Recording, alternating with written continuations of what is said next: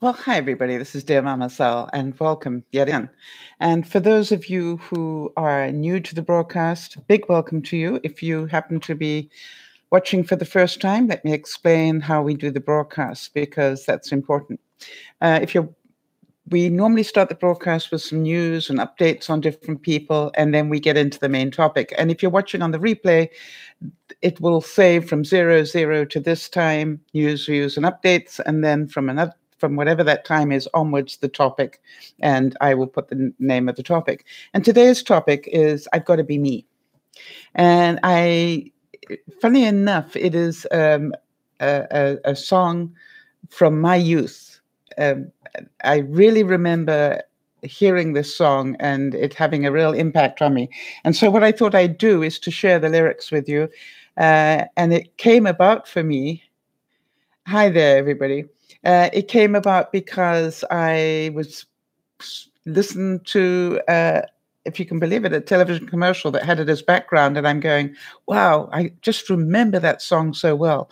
And so that's what we're going to be talking about a bit later. But first of all, we're going to be talking about some news views. Jodie's just reminded me it's Happy National Watermelon Day. Now, I didn't know that. Last week, what was it, Jodie? Happy Lipstick Day, I think, all right? But today, National Watermelon Day. Did you know there was a special day for watermelons? No, I didn't either. So that is quite funny. If you're new to the program and wondering what's with the boxes are there because I'm busy downsizing my life. And I've actually got to the point where I'm probably going to have to downsize it another 3/4, if you can believe it. So somewhere or another in my life, I'm going to take all these boxes uh, and get rid of 3/4 of them. And then I will know I've done the job. But that is another story. So, Gabriella, hi. Gabriella Laura. Is that Laura the dancer?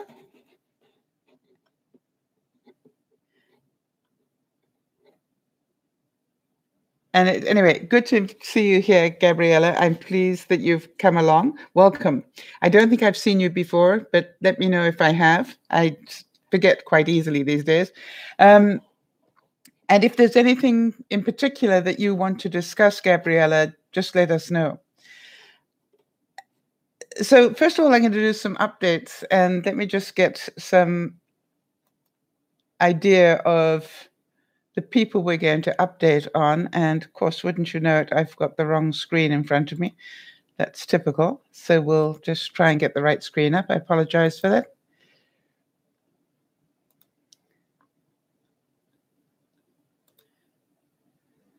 Just bear with me a second.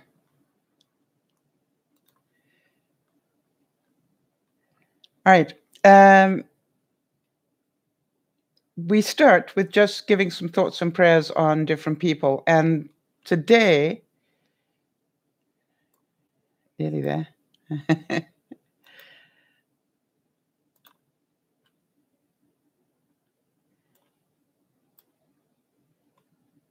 All right, we're just about there. It's the right Laura. Okay. So, and welcome, Beth. Good to see you.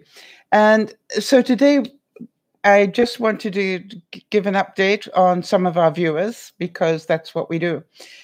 We obviously start by giving our thoughts and prayers to all those people who are in the line of fire of those California fires. And I say that because we've actually got viewers who've got family in that line of fire. And as far as I know, they've all been evacuated now, so I hope so.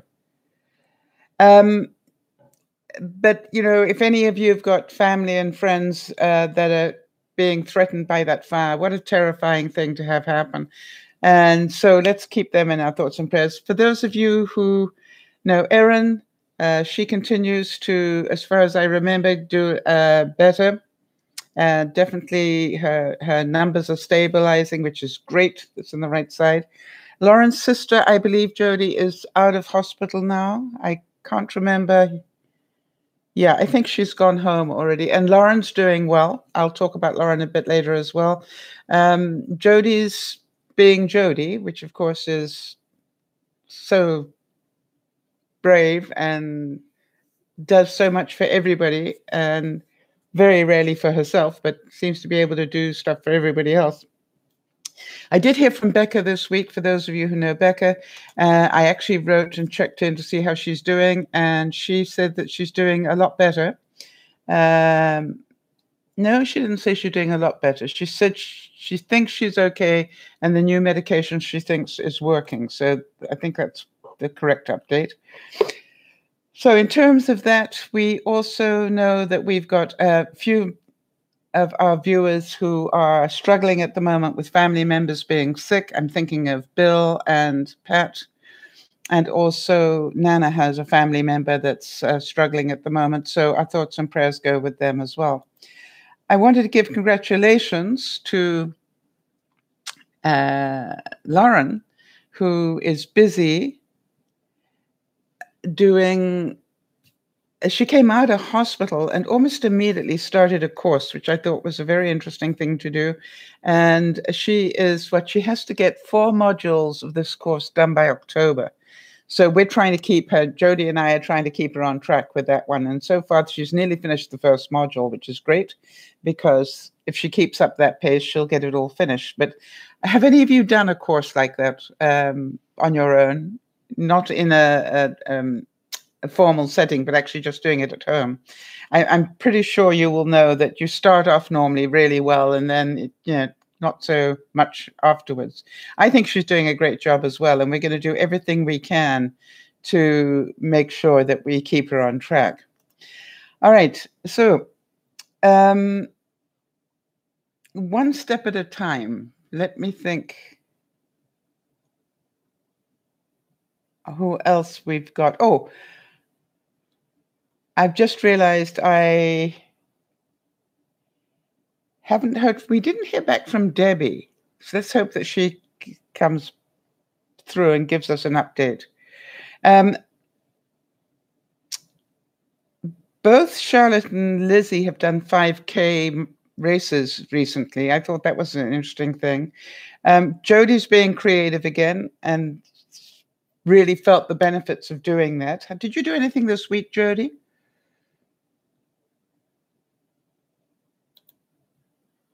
Just so that we can keep you going.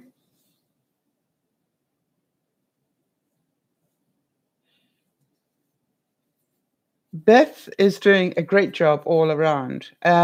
She's really started to see the benefits of all the work that we've been doing here, and she's getting all sorts of parts of her life in order, because she's a very organized person.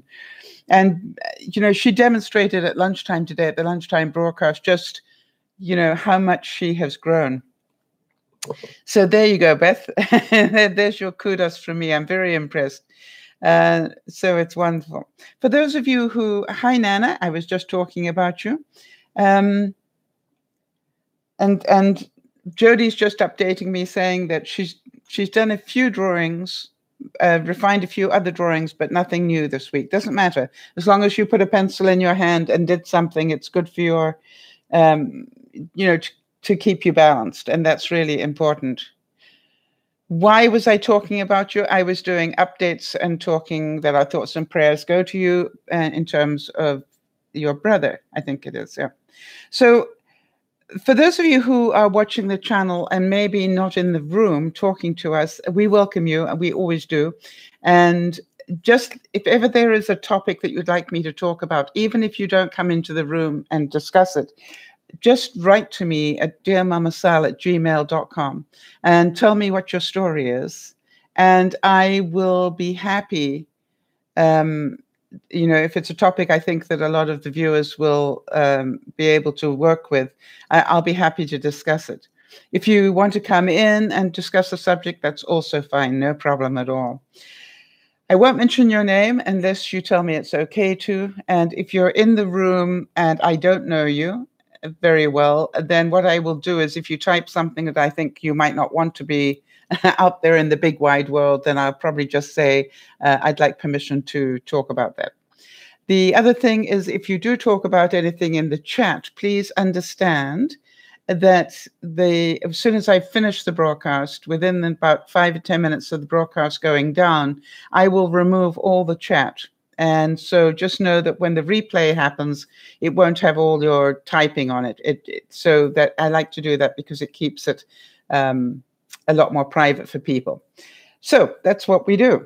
And I'm just trying to think what news and updates. Jody, I wonder if you could just roll back and check with me. I know Kerry came in. Kerry, for those of you who go way back, Nana would be one of them, who go way back to the days of blog TV. Do you remember somebody called I Prefer Steve, whose name is Kerry?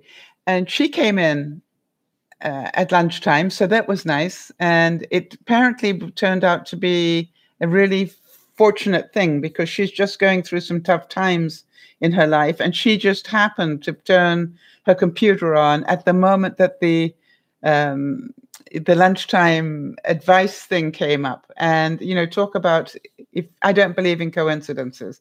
So she's written me a really nice email, and we're working with that. And so then also we had one of our viewers from Tunisia come in at lunchtime, and she had some real issues going on between her very strict parenting problems and what she wants to do and what her parents want her to do. And so to me, that was, it was a very interesting discussion. I think, Jody, you'd agree with that, because it was a cultural thing. How did I meet Judy, Hannah? I didn't originally meet Judy. I met Benji. I was the opening and closing speaker at a leadership convention. And Benji was one of the participants. And that was when he was just 18. I met him then, and we hit it off, and we've been friends ever since. So that's how I met him. And then he subsequently told me about Judy. And then he also, the week that he was going to propose, I think he probably phoned me about 8 times and kept telling me how he was going to propose. And I listened each time, but I really, I really had to smile because I know enough about. You can practice something like that as much as you like, but when it actually happens, that there is so much adrenaline pumping through your system that it very rarely comes out the way that you expected it to. So it was a really interesting time in his life for me. And then, of course, I was there at the wedding, and very, very honored to be invited. So that's how I met Judy. I met Judy via Benji. I met Benji first, a couple of years before Judy. Any other questions before we get on to the main part of this?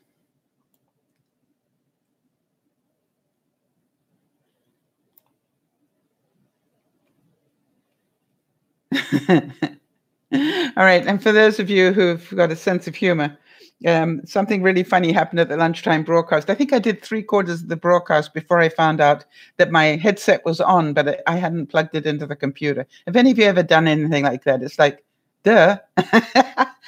How stupid was that? But the good news was that nobody really noticed a whole lot of difference, which was good. So luckily, the quality of the sound of the computer was okay. Rather than having it come straight through on the headset. But it really was quite funny. Oh, and for those of you who were here last week, I want to give an update.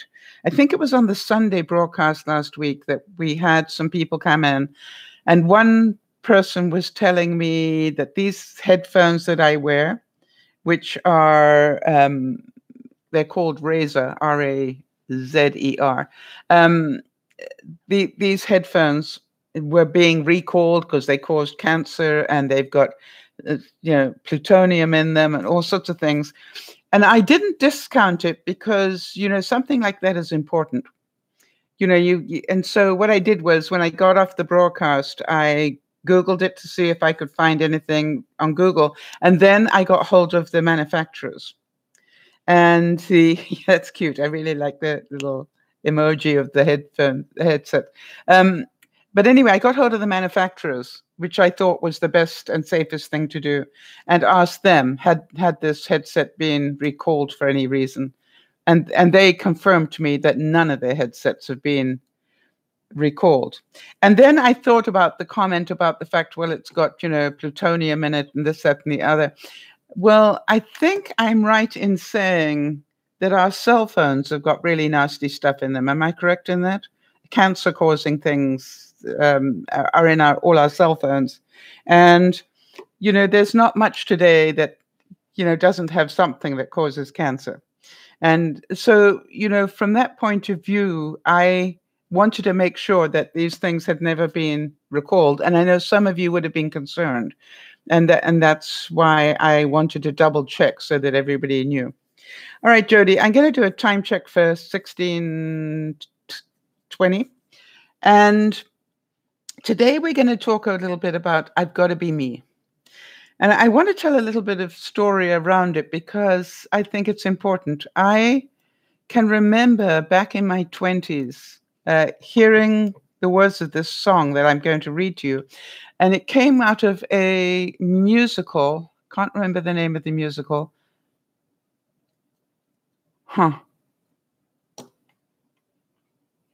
Why can't I remember? Because I'm getting old, right? Sometimes it really catches up with me. Let me see if I can find it. But the interesting part to me was when I first heard the song, I was deeply moved by it. And the lyrics, by the way, are written by a guy called Walter Marks, Marks. And it first appeared in the Broadway musical called Golden Rainbow, which I've never heard of. But the song was recorded by Sammy Davis Jr., and that was the version that I remember from if any of you have ever heard of the Rat Pack.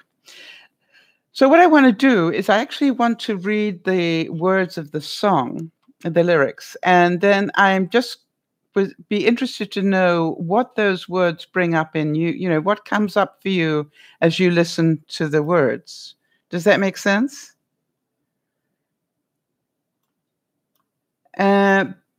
Because at the time in my life when I heard the words, boy, did they hit home for me. All right, so the song is called I've Gotta Be Me, and this is how it goes. As I said, the lyrics are by Walter Marks. Whether I'm right or whether I'm wrong, whether I find a place in this world or never belong, I gotta be me. I gotta be me. What else can I be but what I am? I want to live, not merely survive, and I won't give up this dream that keeps me alive. I gotta be me. I've gotta be me.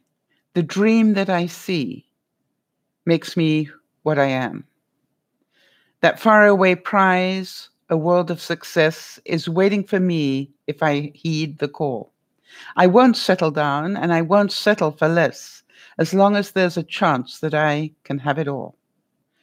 I'll go it alone. That's how it must be. I can't be right for somebody else if I'm not right for me. I've got to be free. I've got to be free. Daring to try, to do it or die, I've got to be me. And then it repeats, I'll go it alone. That's how it must be. I can't be right for somebody else if I'm not right for me. I got to be free. I just got to be free. Daring to try, to do it or die, I got to be me. So I just wondered whether any of you can feel that in your soul. We normally do soul work on Sunday, but this song, when I heard it, it was just like, wow. Uh, and I do believe part of the problems that we have in life is that we spend so much. Yeah, I thank you. Jody just reminded me that The Golden Rainbow was the musical. I did find that eventually.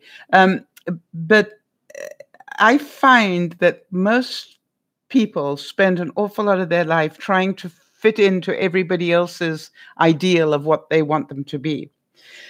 And, this broadcast at lunchtime made me think of this as well, which is how cultures try to keep you within the culture because that is what keeps the culture alive. Or, religions will want you to do certain things because that makes the religion strong. And so to me, it was like, I wonder at what stage in your life you first started to think, uh, these rules, these constraints don't fit me. Can you talk to that? At what stage in your life did you say, I've got to be me? Um, and I was saying at lunchtime, it happened to me probably in my late teens. I was 18 or 19 when I just said, okay, I need out of here. And I went to London and started work in London. And I had thought it was going to be really easy, and it wasn't. It was obviously quite challenging. But I found I coped pretty well. And then I got into another situation in my 20s where I knew I had to make a major step and leave England.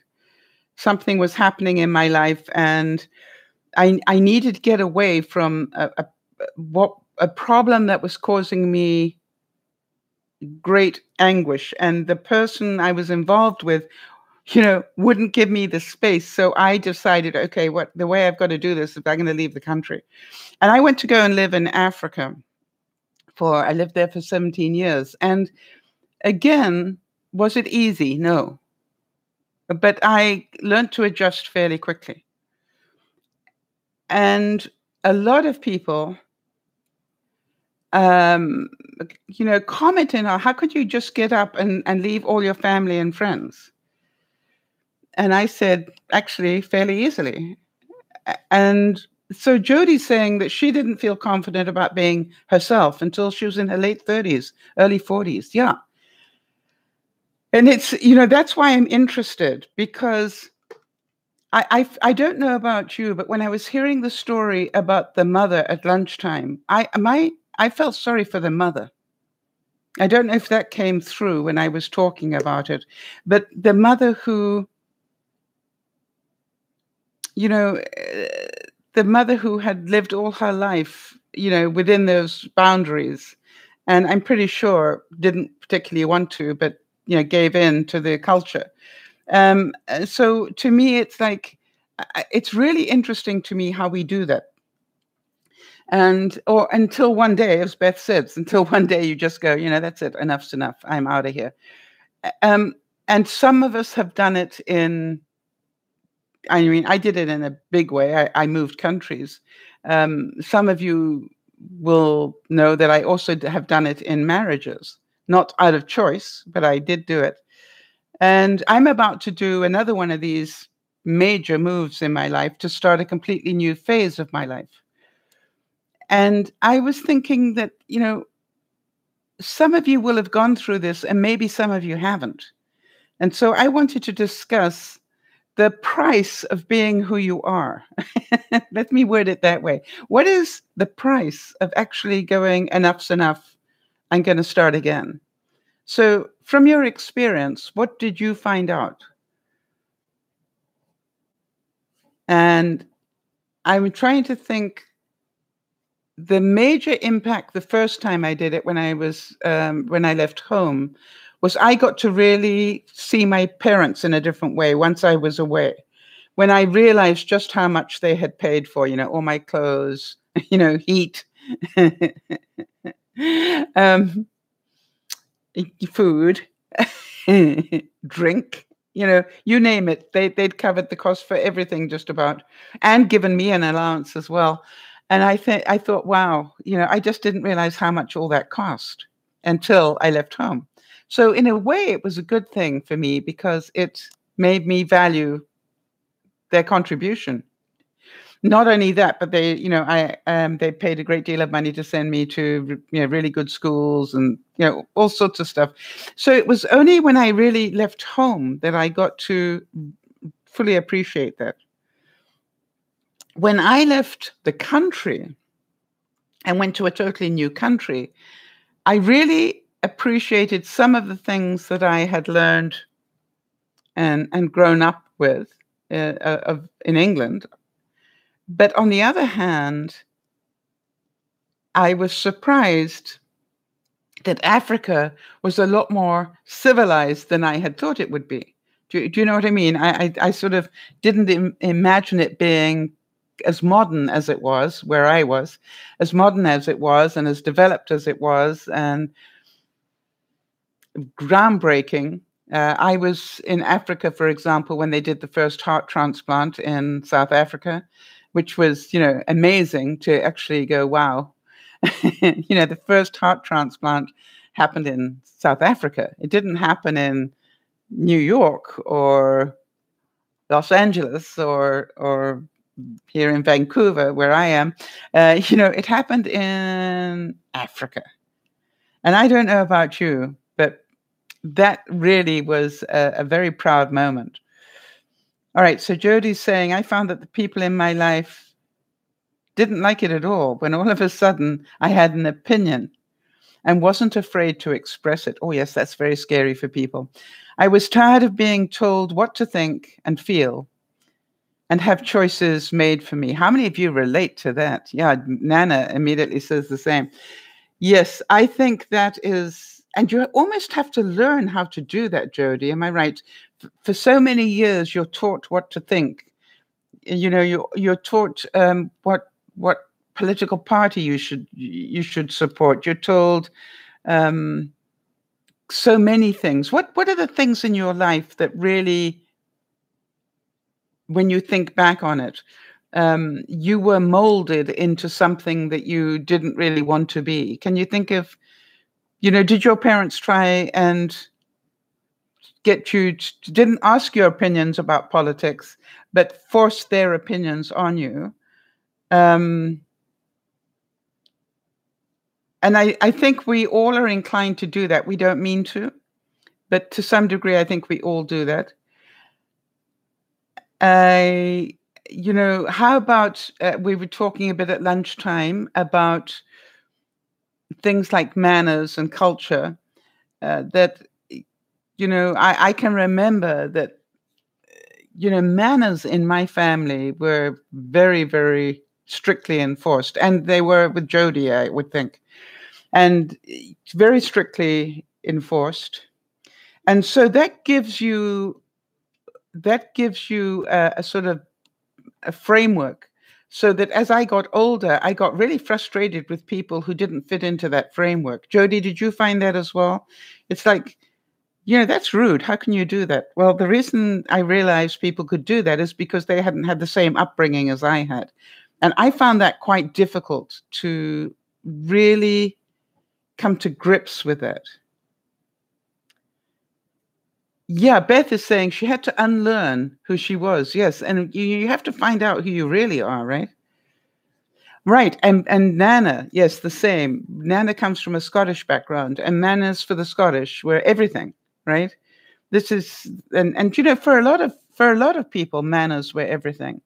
And I think for a lot of us who are older, that's the one thing that we see dropping away, that people, whether you're watching a debate on television or you're watching a couple of school kids today, manners are just sadly dropping away. I mean, I'd have to say it is one of the things that really makes me very sad to watch, that we can't have a civil discussion anymore without screaming at one another and cutting people off and, just, that there does not seem to be the ability to just have a debate. You've got to just be rude now in order to get your point across. And I think that's really sad. And what I'm even more sad about is the fact that now commentators who would never have dreamt of doing that 10 years ago are doing exactly the same thing just to be able to hold their own. And that really worries me. So yes, the erosion of the social etiquette, I think I'd have to call it that, really is quite worrying to me. Oh, so Nana's saying, I've spent a lunch where the parents thought it was okay for the 4-year-old to stick her tongue out at Nana. I can imagine how that went. Yeah. Or I think you've heard me tell the story, Nana, where somebody brought their 4-year-old into my house, and I have below me or below the computer, I have a solid glass, big, thick glass table. And they brought their 4-year-old, and I happened to go into another room to get something. And when I came back, they were letting their 4-year-old dance on my glass table.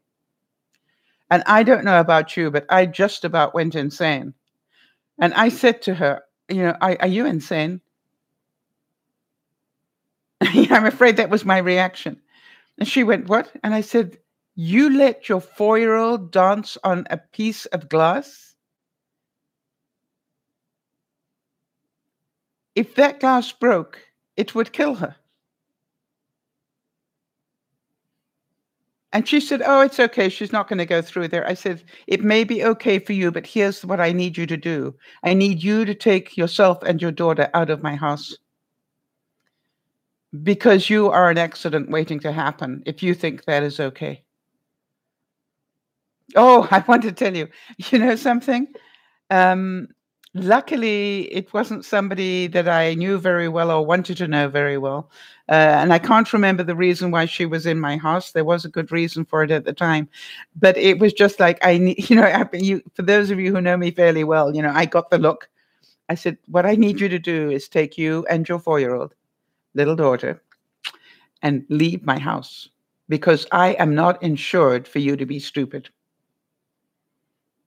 And therefore, I can't have you in my house. To me, that was the most scary thing, that I've seen, bar one. I saw one that was really scary again in my life, but that one was really, really, it was just like, what mother allows their daughter to dance on a glass tabletop? I get scared when people dance on any tabletop, never mind on a glass one. So that was just like, no, that's not for me.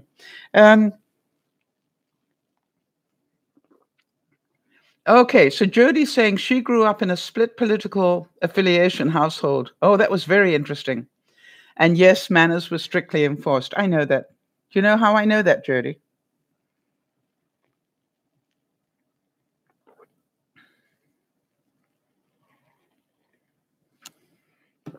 And the reason is because you're so polite. And, it's quite simple. And as is Nana, right? Yes, Jody's saying, and the first thing out of that lady's mouth, had anything happened, would have been, I'm suing you. Yes. And, I must admit that more so in the States than here in Canada. But yeah, I do understand what you're saying. And that's why I said, I really don't have, the insurance to cover you being stupid. Did you understand why I worded it that way? Because if that was her idea of okay, then what else was? All right. So for those of you who grew up with very strict manners, how do you react with somebody who, for example, eats food with their mouth open? Do you know what I mean? Like this. The reason I say that is because if you were taught to eat food with your lips closed, yes, Nana's saying she feels sick when she watches somebody eat food with, where you can see them eating their food. Now, do you understand? It's not that they're rude. You see, that's the thing that I have to keep remembering. It's not that they are rude, although that's what we were taught. That was rude to do that. They were not taught what we were taught. Does that make sense? So if they were not taught that it's polite to eat food with your mouth closed, and you will eat food with your mouth closed, not open, then it's not that they're being rude, they're being normal. How many of you had very strict rules about how to eat your food with your knife and fork? Your knife and fork will be positioned like this. You may not sit with your knife and fork up like this. You will cut your food properly and eat, properly. I want to tell you, when I came to North America, I'm going, wow, look at this. They cut up their food and then they eat with just the fork. And I'm going, that's way more practical from my book. Yeah, Jody's going, oh dear, yes. Yeah, you didn't want to be reminded of that. So I must admit, when I came to North America and I found people, eating their fries with their fingers, I'm going, oh yeah, this is the place for me, And it's funny, I have to keep reminding myself now that that's not really good manners when I'm in better company.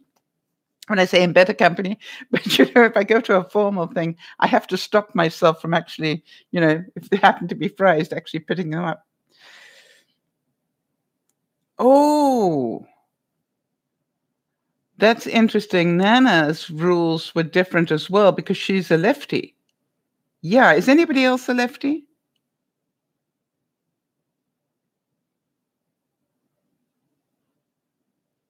Yeah, you got to pass on the cutting up your food first. Is that what you got to pass on? I just want to make sure I'm understanding the right thing here. Jody is a lefty as well. Isn't that interesting? So, and those, how difficult was that where everybody said you need to hold the pen in your right hand? Okay, so you are ambidextrous. You can use both right and left, Beth. Why does that not surprise me? But how many of you for so long people were trying to force you to hold the pen in your right hand and then do this? Have any of you, obviously Beth was told she had to do it with her right hand, but actually was a lefty, and now she can do it with either. Have any of you ever broken an arm or something where you're forced to write with the other hand and forced to do all sorts of things with the wrong hand? Because that's really interesting how you can adapt quite quickly.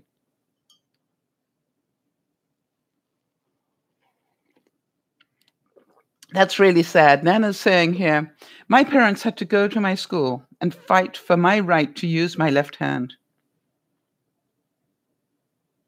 And Nana's saying that she learned to do it with either as well. Wow, that's amazing. Hi, Zoo.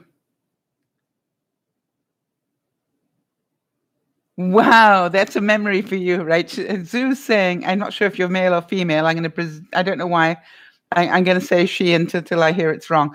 Not for nothing. There were times that we had to eat pizza with a fork and knife. How many of you were brought up eating pizza with a fork and a knife? Yeah, I can remember that very well. And the correct way to eat spaghetti is how? This is an interesting one. What is the correct way to eat spaghetti? Is it with a knife and fork? Is it with a fork and spoon, where you twirl it into the spoon, or is it with a fork alone?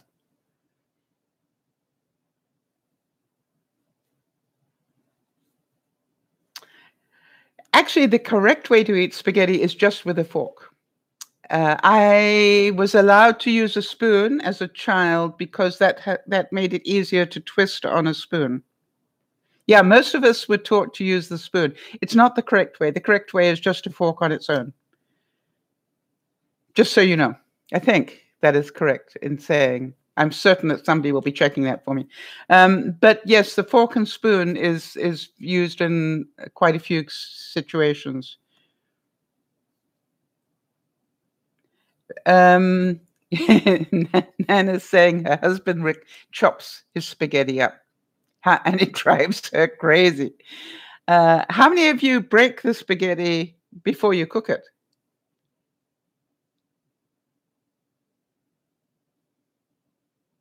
Oh, the Italian side on your family always used a fork and spoon. Well, there you are.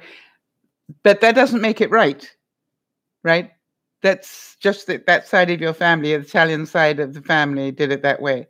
Um, I'm just trying to. I have memories of being at a really fancy restaurant in London, and my mother saying to me, "Do not use your spoon in this sort of company. You only used your fork." Yeah, and Zoo saying to me, "It's a sin to break the spaghetti." I quite agree, but do you do it? How many of you break the spaghetti as you put it in to boil? Because it's easier to handle.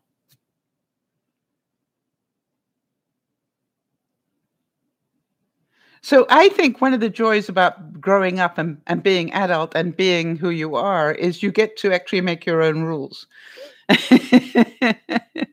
The discussion at lunchtime was with this wonderful young person who was 18. And, she really wanted to make her own rules. But I said, as long as you live, and I'm certain that some of you agree with me on this one, that as long as you live under the roof of your mother and father and they're paying all the bills, they get to make the rules. If you want to make all your own rules, then you need to finish your education and get out and fend for yourself. And when you do that, you'll be able to make your own rules and be who you are. And that's difficult. Jodi's saying she didn't really realize who she was until her 30s or 40s.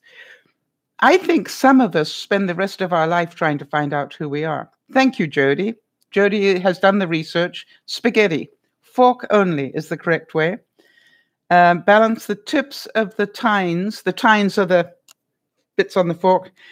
Balance the tips of the tines on the edge of the plate and gently gather any loose strands of pasta. Yeah, that is what my understanding was as well. Now, I'm not saying that your Italian side of the family was badly behaved. I'm just saying they were probably allowed to use a spoon in their upbringing. I had to learn not to do that in good company. I was allowed to do it, if I was sitting at home eating spaghetti in the breakfast room, because, we had a dining room and we had a breakfast room.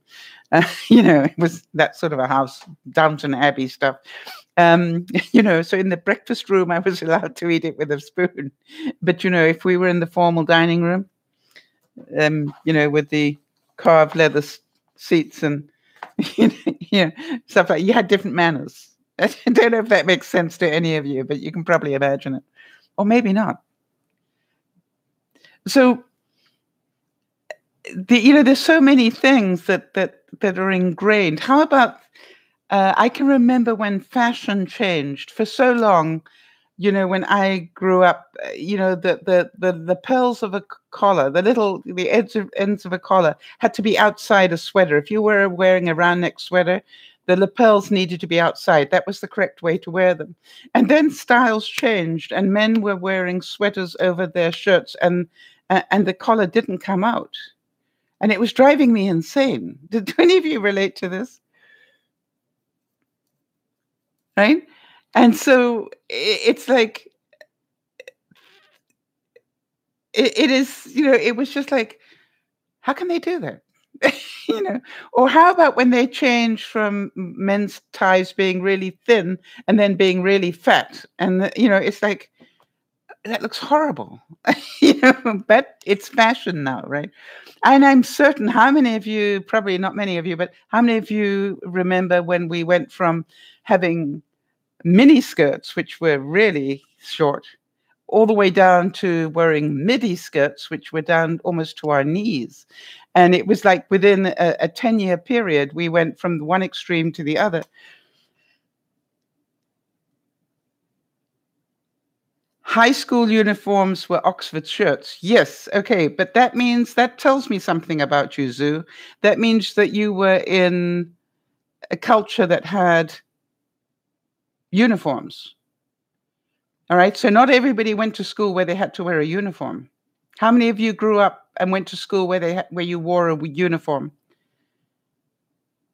I definitely did all my life. I never went to a school. Yep, Catholic school. I was high Anglican, same problem.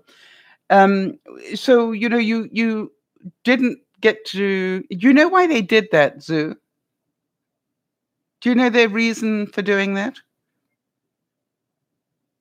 It always amazed me in Africa, where so many people had no money whatsoever to spend, and yet all the children had school uniforms and beautifully, maintained school uniforms.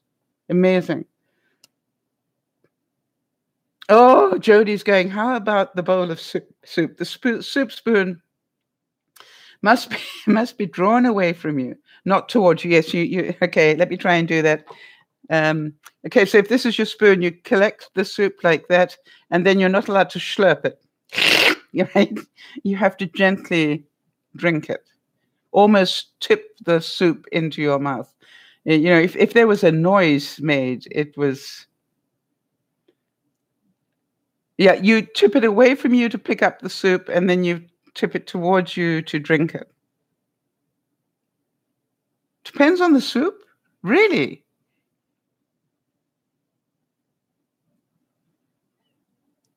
Now, the interesting thing I found was if you go out to if any of you been lucky enough to, travel a bit, if you I remember in Hong Kong being amazed at how people eat rice in Hong Kong. Yeah, as opposed to the Western way of eating rice. Um, I don't know if any of you have seen this, but what I found so often is they hold the bowl up here and they just shovel it in. Whereas we've got the bowl right down here and we're trying to balance it all the way up until here. What I found is, they just sort of have this shoveling motion, which makes it a lot easier.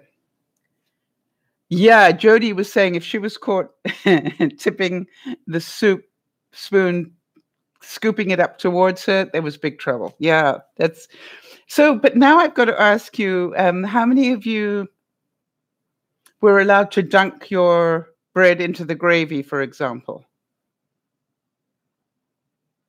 Yes, it's polite in Japan to slurp your noodles. Yeah, it's so much fun, isn't it?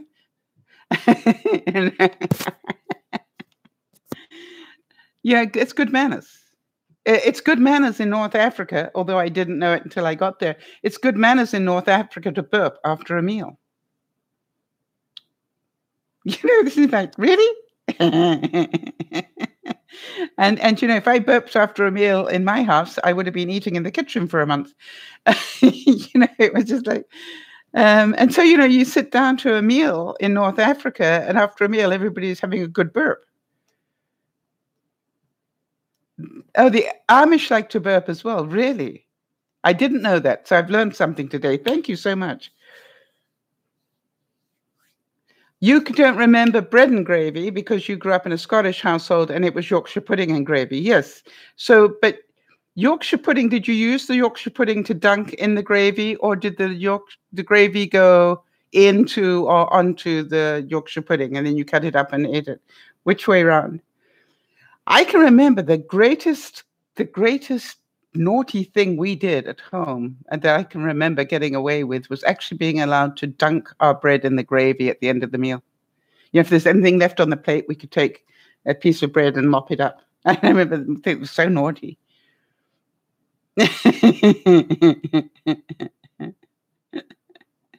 Oh, yes. And the right way to eat a roll. That's a very good one. Hi there, Linda. Yeah, he just popped in to find me slurping, Linda. Yeah, we're talking about manners for some reason. You're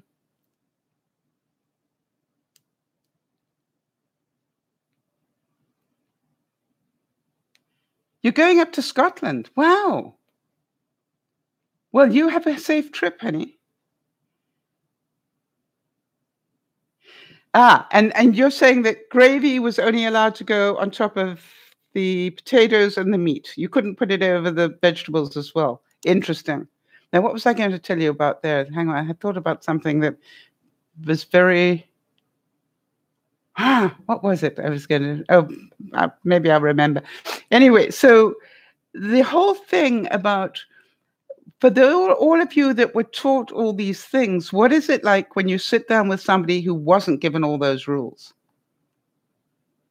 Oh, how about your elbows on the table? How many of you were not allowed to put your elbows on the table?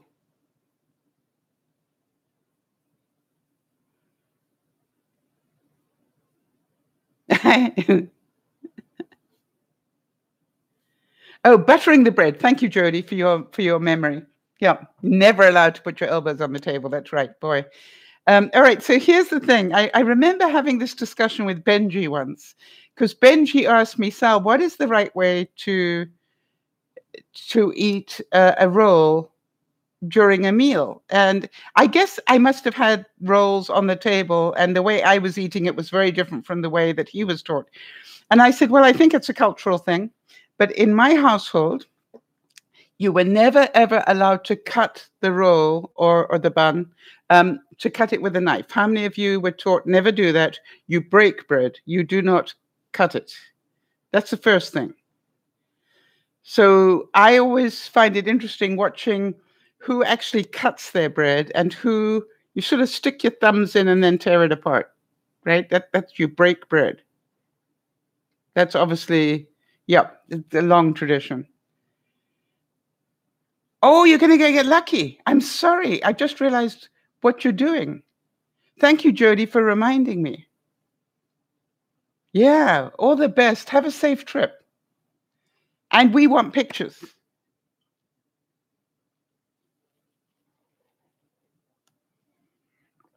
For those of you who don't know, Linda's going to go and save a puppy that's been in an abusive home. So we give her a big round of applause. And what is it, a 3-hour drive each way? Now, you see, Zoo is saying that she was taught to cut it, not to break it. Hi, Kerry. So you understand, so, if we sat down for a meal, we'd both be badly mannered. Isn't that interesting, Zoo? Anyway, so then what I was taught was you break the bread. You never, ever take your butter knife and cut the butter, because, there'd be a butter dish. Cut the butter in the butter dish and then immediately put it on your bread. That was absolutely a no-no. What you actually do is you cut the butter in the dish, put the butter on the side of the plate, and then use the butter onto your bread. Now, how many of you were taught that one?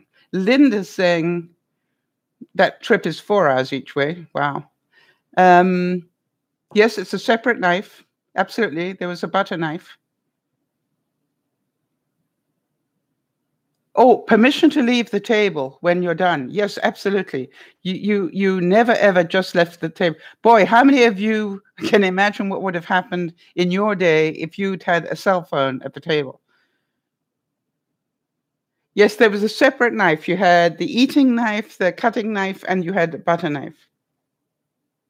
May I be excused? Yes. We had to say may. I can hear my mother next. Of course you can. The question is, Sally, may you? Okay, fine. Can is, are you able to? What you're trying to ask me is, do you have my permission? Oh gosh. And Nana, I've just got to tell you, because I can hear it to this day. 70 years later, I can still hear it. You know what I mean? And you can probably hear it too. Yeah, you had to take the butter and put it onto the plate. Then the butter went from the plate to your bun or roll, whatever you want to call it. Yeah, that was a funny thing, wasn't it? So what have you changed now, once you grew up and started your own life? Which of your well-known manners were you happy to let go of? I think that's what I wanted to really find out is, how much of a slob have you become? You've made your first car payment. Well done, Kerry. Yeah, it's really being adult, isn't it? I know I've grown up. I made a car payment. There's nothing like the first payment on your first to you car.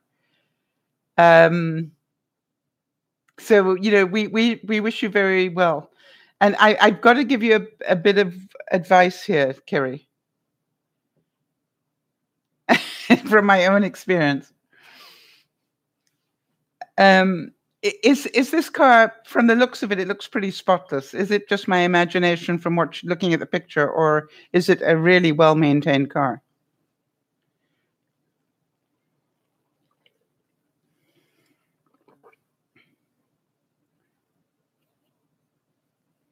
And Jodie's saying she happily dips her soup in towards it. No, she doesn't really care about that one. Yeah, I don't. I dunk my bread in the gravy all the time, especially when I'm alone.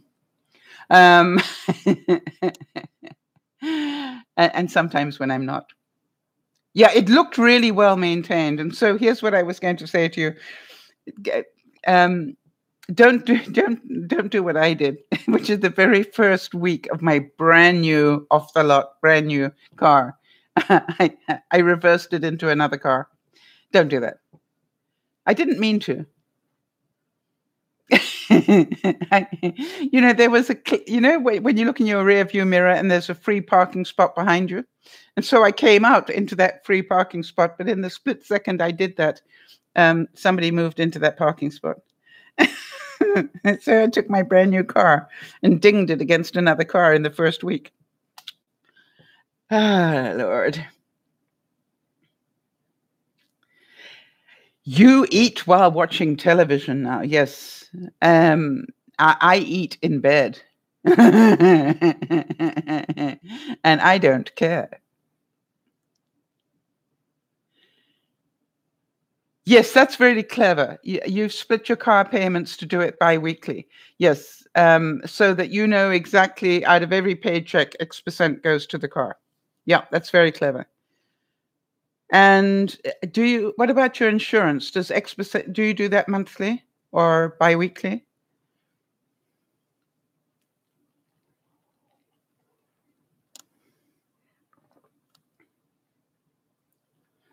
Or do you have to pay it in full?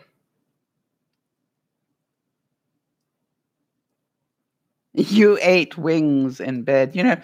That's the whole thing. Do you feel incredibly naughty when you do that? Or is it just, hey, why wouldn't you?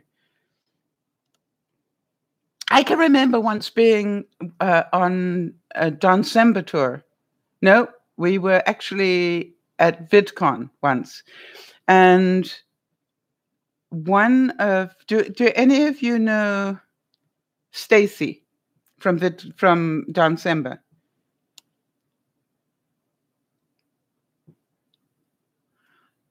And she was telling me in her upbringing, you were never allowed to sit on the bed with your clothes on.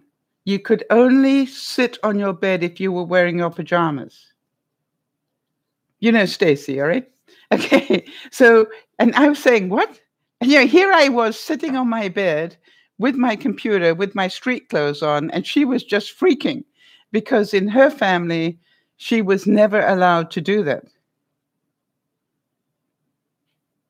And, so I just wanted to check if any of you grew up with those sort of rules.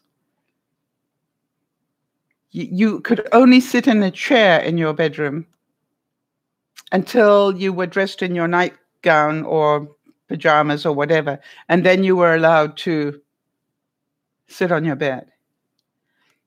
I'm going, I didn't grow up with that one. Mind you weren't meant to put your feet on the bed, your shoes on the bed. I did that. Is she as sweet as she looks? Yes, probably more so, Jodie. Stacy, really, really nice human being.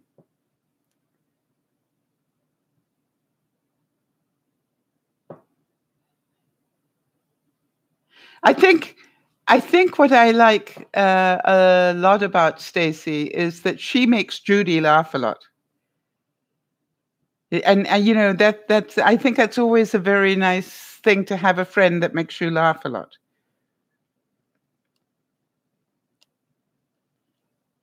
Yeah, but Stacy grew up in the Philippines, and in her family, none of the children were allowed to sit on the bed with their street clothes on.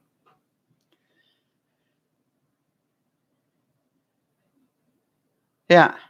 Yeah, those two are very close, and it's lovely to see.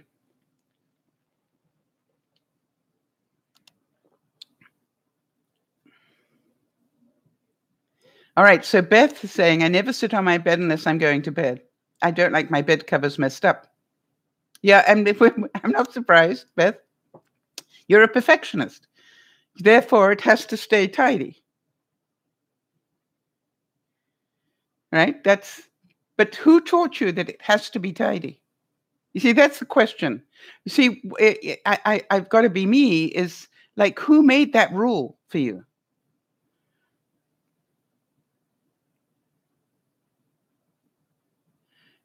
Quite often, I'll talk with Nana, and Nana always says to me, but everything has its place and a place for everything, right? And I'm going, yeah, in your house.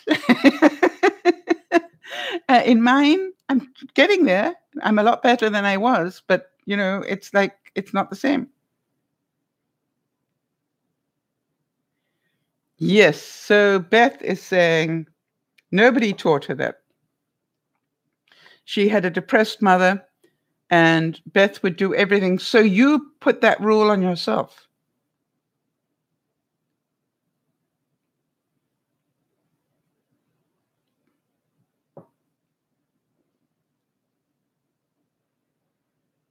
Now, what happened, Beth, when you got married? Because if your husband didn't have that rule in his house, that must have been really difficult for him. To make yourself feel normal. Wow. So this was your perfect little place because your life outside of your bedroom wasn't perfect. Your bedroom had to stay perfect. Wow, that's really important to know. It was the one thing you had total control over. Yeah, I understand that, Beth. Yeah, I totally get it. It was your one thing where you could have it, you could be you. And instead of the chaos that was on the other side of the door, inside your bedroom, you could have systems and tidiness and probably immaculately clean in your bedroom as well. Because you were dealing with things that were just left all over the place all the time.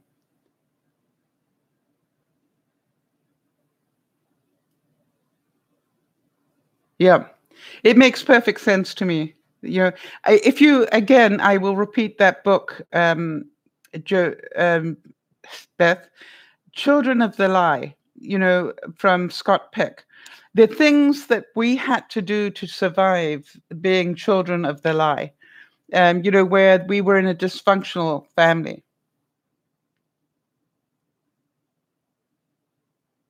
All right, Kerry's saying, I never make my bed after I wake up. Luckily, Mike does. It's like,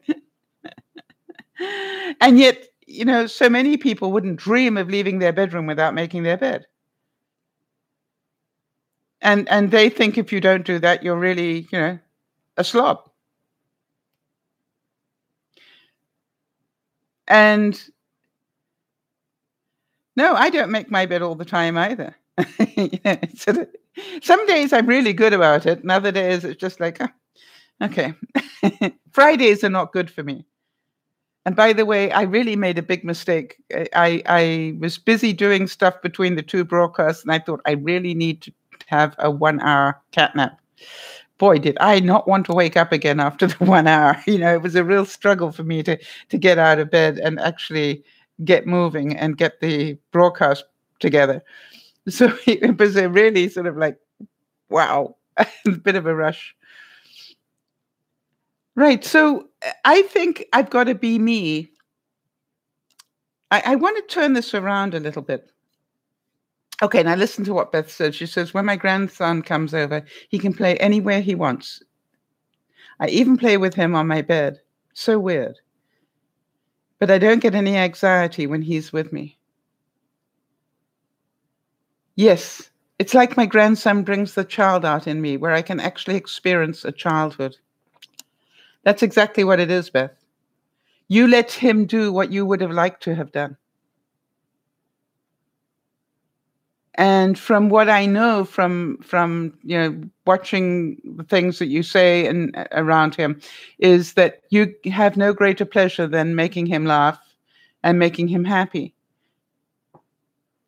I know you do. I know you love him to bits.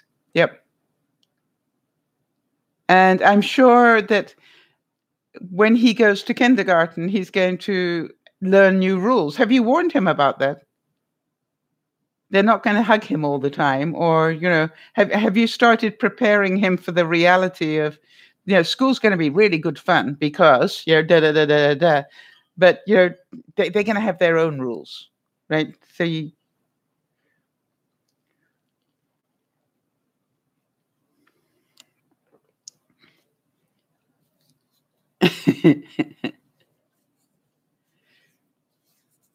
You're going to cry. Yes, you're going to be far more upset about him going to kindergarten than he is. Yep.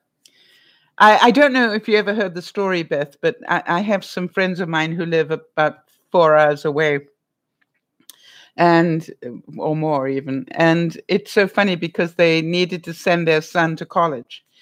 And they phoned me up and they said, we're really in a difficult position because we can't get there to take him to college. And he was already down here in the Vancouver area. And so I said, how can I help? And they said, would you mind taking him to college like a mother? And I said, what? And they said, would you mind taking him to college? Like you're his mother. And I said, yeah, I can do that. And so I literally, and I know that I was meant to leave him, at the front door of the college and let him go do his thing. And I said, no, a mother wouldn't do that. I'm coming in to see where you're sleeping in case your mother asks me, and then I got into the room and I met the roommate, and I'm then sitting on the bed with my shoes on, sort of talking to the roommate, and and the roommate says, you're hysterical. No wonder he likes you. And I said, well, thank you. That's very kind of you. Now, guys, what you really need in here is da da da da da da. Did either of you bring this, and Beth, you can appreciate this. I want to make sure they got something to cook with and, everything else. I needed to know what they were missing. Yes, Kerry's saying, my mom said she sobbed when I went to kindergarten. It was totally fine. I was totally fine. I ran into the room after waving goodbye, and I was happy, and she was heartbroken. Yes, why do we cry when our children go off to kindergarten or college or life? Why do we cry?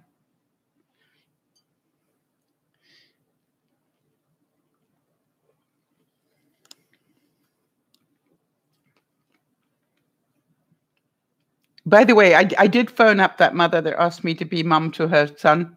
And when I got back from taking him to college, I said, I really, I phoned her up and said, I really want to thank you, because I never had children. I wouldn't, never have reason to do that. And it was such fun to do. Yes, it's a rite of passage. That's what it's called, because we know that they're taking a step away from us. And that's why we cry, that, they're big enough now to spend a day without us. Makes you cry even thinking about it, doesn't it? Or, when they go to college, it's like, wow, I've got to accept the fact that they're grown up now. Even though they're not in our minds, we've got to accept the fact that they're going to make their own decisions, and some of them won't be good. Yeah, poor Beth doesn't even want to think about that. Yes. Yes. Now, the interesting thing was that Kerry went to daycare before she went to kindergarten. So she was used to being without her parents, to her, her mom. Yes, Beth. And isn't that a terrible thing to have to admit? You need your grandson because he makes you happy. And so you're going to be the one that's missing him, not him missing you. Right? So this is a good thing to be talking about, Beth, which is, how are you going to replace that? How are you going to have something else replace what he used to bring into your life? Because the next thing is he's going to have friends that they're not going to need you.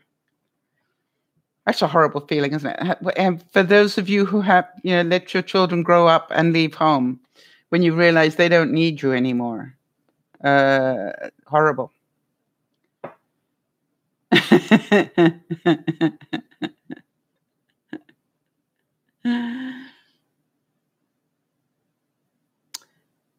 It's interesting. Kerry said, Mum took the afternoon off from work. And she went in for a half day in the afternoon class, right? Yes, Beth's going to take that extra time that she would normally spend with her grandson and concentrate on herself and to be there wherever he needs me for support. Now, the other thing is, are you going to be the parent all his life?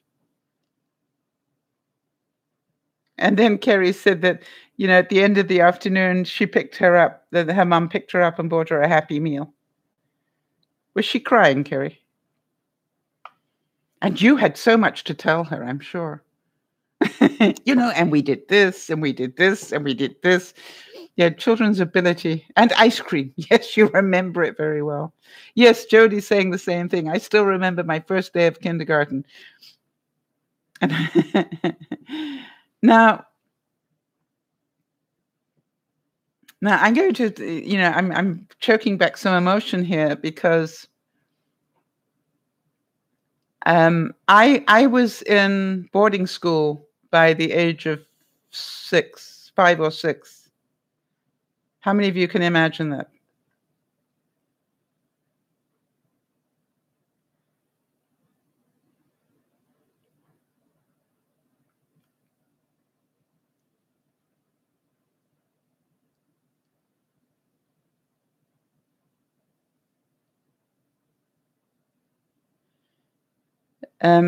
That,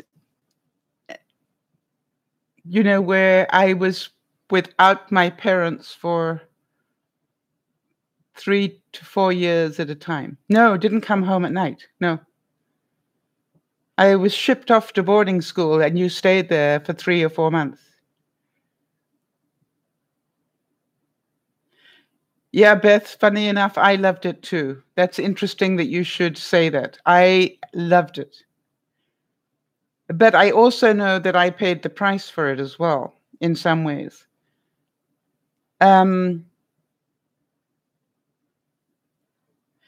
Actually, as Beth said, I actually looked forward to it. The rules were so good at boarding school, Jodie. The rules were really solid. There was great. Beth will understand what I'm talking about because she grew up in a dysfunctional family as well. The rules were solid. There was no maybe about the rules. You didn't run in the passageways, end of story. You didn't do this, you didn't do that. And there was no discussion. And it wasn't that you could do it while she was drunk, Beth, right? Or depressed and not do it when she was out of the funk. It was like the rules were the same every day. Do any of you relate to that being a problem, that the rules seem to change all the time? So you're never quite sure which rule is in place today. One of the things I learned about training dogs is be consistent. Right? Be consistent. If you want to train a dog to be well behaved, be consistent. There isn't a maybe you can do this. This is not allowed. Children should be seen and not heard. How many of you grew up with that one? Yeah, I certainly did. I was allowed to come in and say hello to visitors politely and then leave. And we had a children's sitting room. Yeah, I was fortunate enough to have that. And if there were people in the house, we were not allowed to bother anybody. That's it. You were brought in formally. You were brought in, and you got to shake hands with everybody politely and nice to meet you, although it wasn't, but you had to say that. And then you were told to leave the room. And the only time you could come back was in an emergency. Yeah, I remember that. The children quite often ate on their own in the breakfast room. Um, and it was funny. They did different things. Anyway, I remember boarding school I enjoyed boarding school. I lived on a farm, a 3,000-acre farm. So, there weren't a lot of people around me growing up. But, when I went to school, there were lots of people my own age. And that was really fun for me.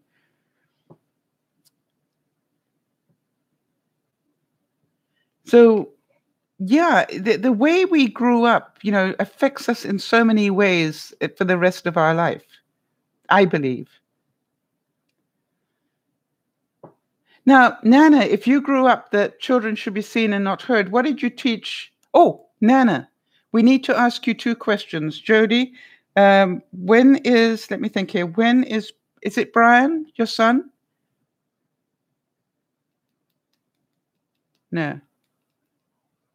No, Mark, your son's Mark, right? Brian is somebody else's son. Yes, Mark. Yeah, I got it. I corrected myself. When's his birthday? And there was another birthday. I know when Rick's birthday was the 1st, right? So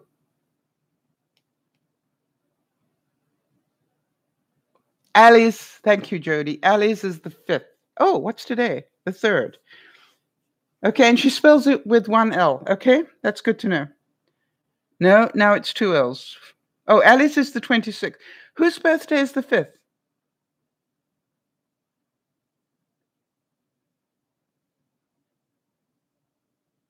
Now, Beth asks a really interesting question, and that I want us all to think about. Looking back, if I had parents, this is what she says, if I had parents that had supported me and helped me growing up, who would I be now?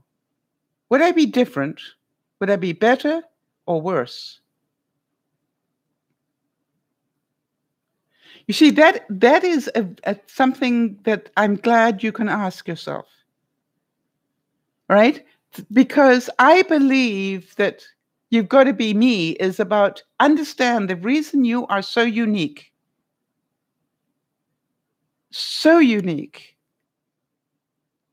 Beth, is because of the life you have lived. All right. It's like the reason you have the habits that you have is because of the life that you have lived.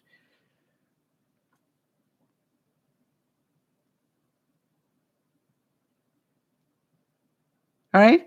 And so when you can see that and you, maybe in a way you can be grateful for it. All right. You may be grateful for the fact that, hey, it was not the best way to grow up, but I'm grateful for it now because the way I treat my grandson, I probably wouldn't understand how important these things are if I had not lived through what I lived through. What do you think about that, Beth? Do you think that you are more aware? And as you look at your grandson, did you also sort of, when you had your daughter, did you try to make sure you didn't do to your daughter what had happened to you? And part of it, Beth, is that in doing that, you spoiled them all rotten, right? You can see that now. You just did everything that they needed, and so in that there is also damage.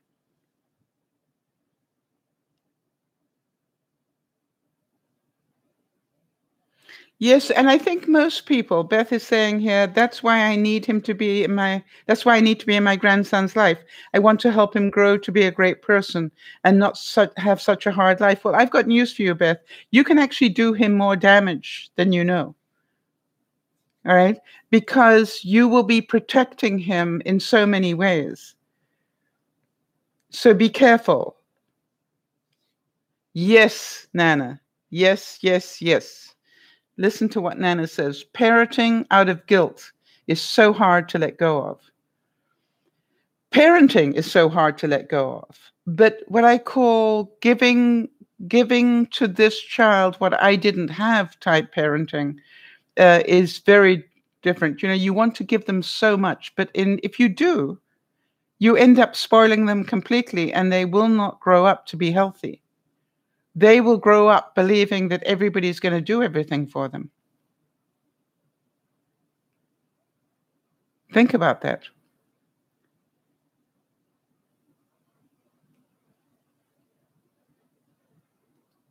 Yes, the only way children learn to be independent is to have independence. You understand? The only way that children learn responsibility is when they're given it. The only way that children learn accountability is when they're called to have it.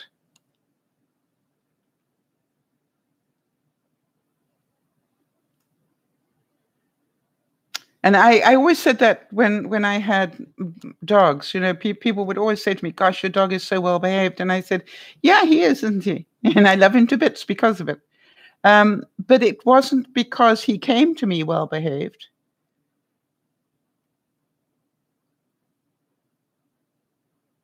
Yes, absolutely right, Nana. Absolutely right. Nana's saying when you solve the problem, you're not teaching them anything. When you teach them how to solve the problem, that's the learning, right? But it also requires that you let go, and that's what hurts the parent. So let me ask you, can you remember back to being a young child and when your parents were telling you the right way to do things as a child? This is how you play with dolls, or this is how you play with Lego, and they're trying to do it their way.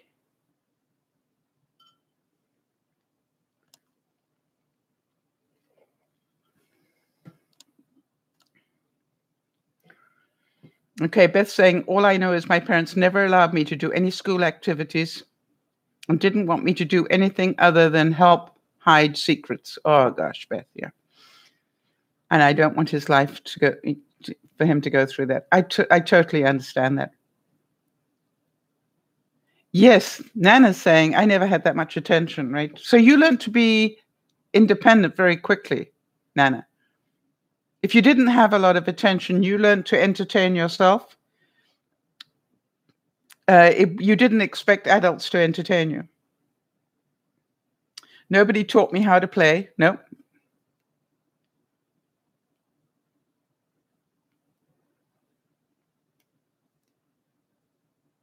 Right?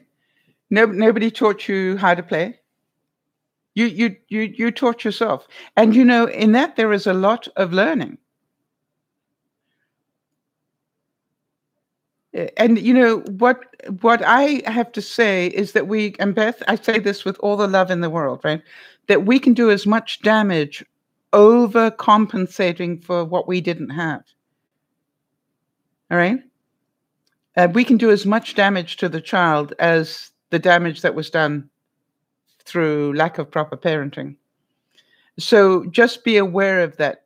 Be aware that the greatest skills, your job is to teach him accountability. Your job is to teach him there's an inside voice and an outside voice. You know what I mean?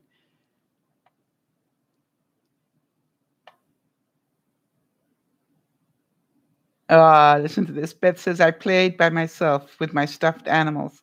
I would break all my crayons in half and peel the paper off them and make crayon salads for my animals.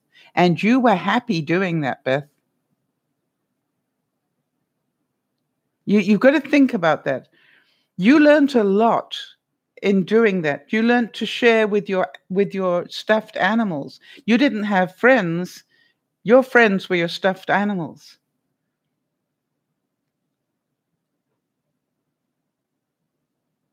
Yes, the most important thing I believe that you can do for your grandson is to be, as you say, to be there for him, but not to be doing everything for him. All right, not that every day he gets to have candy and not that, all those things. It's just so that you can try and make up for what happened to you. Yes, Zoo saying, God forbid, if I had purposely broken a crayon. Yeah, I must tell you, I can relate to that as well. Now, what I will say is one of the smart things my mother did, and I've got to give her credit for that. She actually painted one wall in my bedroom with blackboard paint. And the rule in the house was I could write on the wall, but only that one, and it had to be with chalk. Right? Because I was an artist as a child. So it was like I was always wanting to draw things. So that was the wall, and I could write all over it. And I think that's a really great thing for a kid to have something where it's like a dog. You tell a dog, you have these rules here, but when we do this, then you can, play. When I take you to the park, you just go and play. That's your job. But you don't do that at home. You do that when you go to the park. Right? It was a great idea. I really loved it. The other thing, I'm trying to think the other thing. Yes, I remember that she wallpapered the children's bathroom. Think about this, the washroom, toilet area. She wallpapered the whole up with magazine pictures.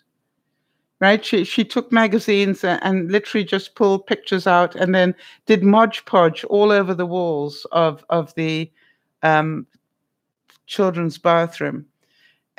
And it was an amazing place to go to because you'd sit there and you always, I think it was to make sure that we spent enough time in there, but there was always something interesting to look at. So I really thanked her for that. But we left the house at 9 o'clock in the morning, and we didn't go back inside until the sun came down. And no, we came back for lunch.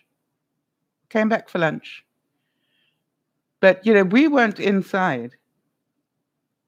And that is winter and summer. Yes, it was very creative, Jody. And I think my mom was a frustrated artist in her own right. Do you know what I mean? I think she would love to have been an artist if she'd been allowed to be, but she wasn't.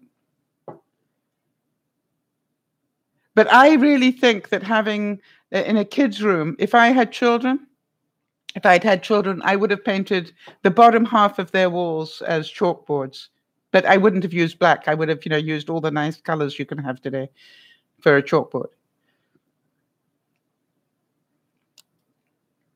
By the way, I saw something really interesting today or this week. Do you know how to get scuff marks off a wall or off a floor? How do you do that?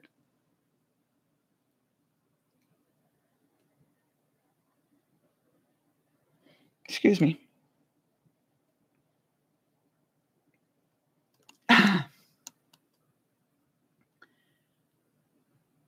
eraser. I heard a tennis ball does it. I didn't know that.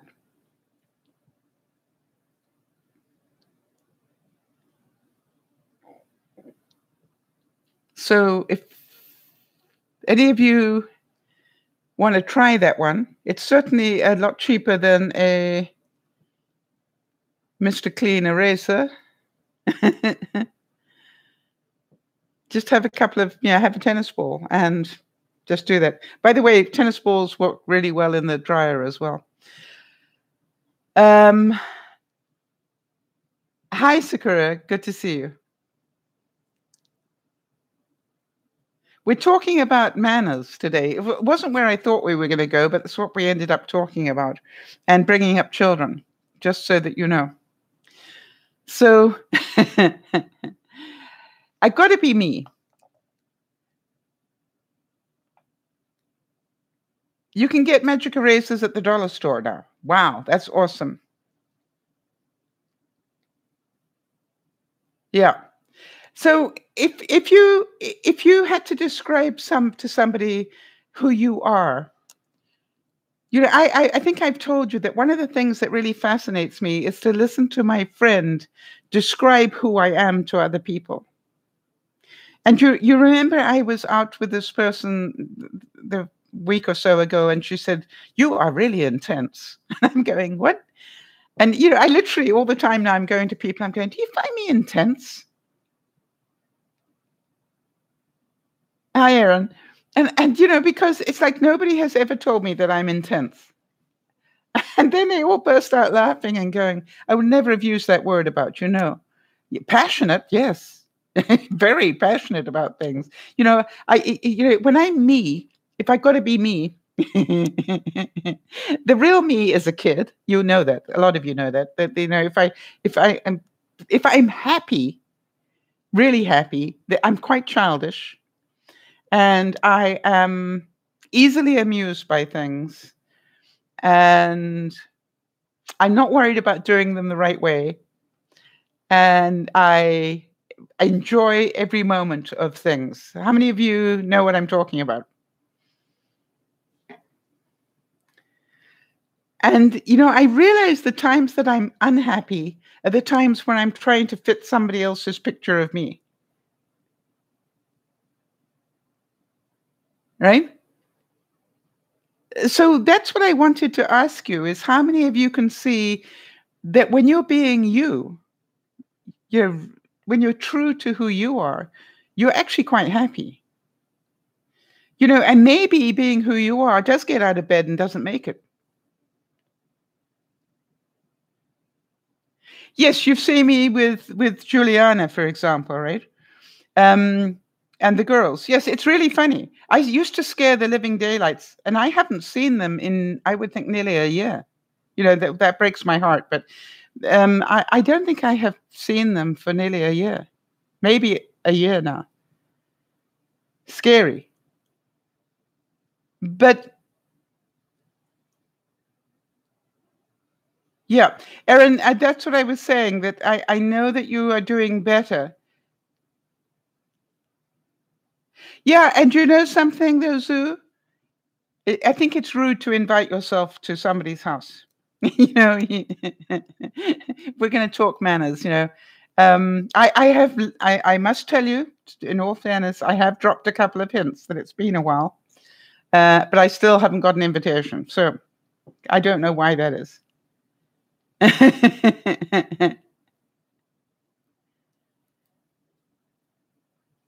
Yeah, am I on Disneyland? Yes, that was my question. The kid in me had always wanted to go to Disneyland. And I literally, that was the question. Am I standing on Disneyland now? And the answer was yes. And I started to cry because it was a dream come true. I am now, I felt a bit the same about going to Hawaii. I'd always had it in my mind to go to Hawaii. And so when I actually landed in Hawaii, I wanted to kneel down and kiss the ground. That was my reaction. Right? And it was just like, and when I walked Waikiki Beach, it was just like, I was really happy. It was like, okay, I have now walked Waikiki Beach.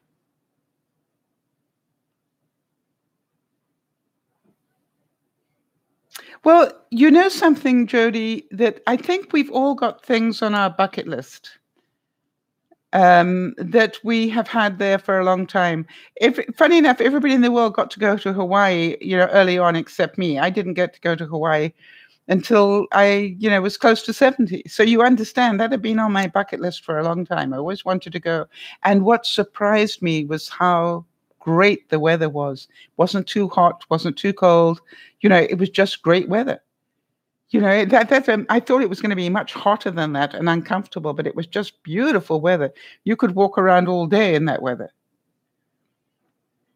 And it was funny because it wasn't just being on Disneyland. You understand, I had to have the candy floss, or the cotton candy, you call it. I had to hold the balloons. It was very important for me to hold the balloons. I really nurtured my kid when I was there. Do any of you get that picture? And I'm certain a lot of people were rolling their eyes saying, how pathetic is this? And I didn't care. My kid had waited a lifetime to go to Disney. And in a way, I don't know if this makes sense. In a way, I think Disney, it's touted to be for the young, but it's actually for the young at heart.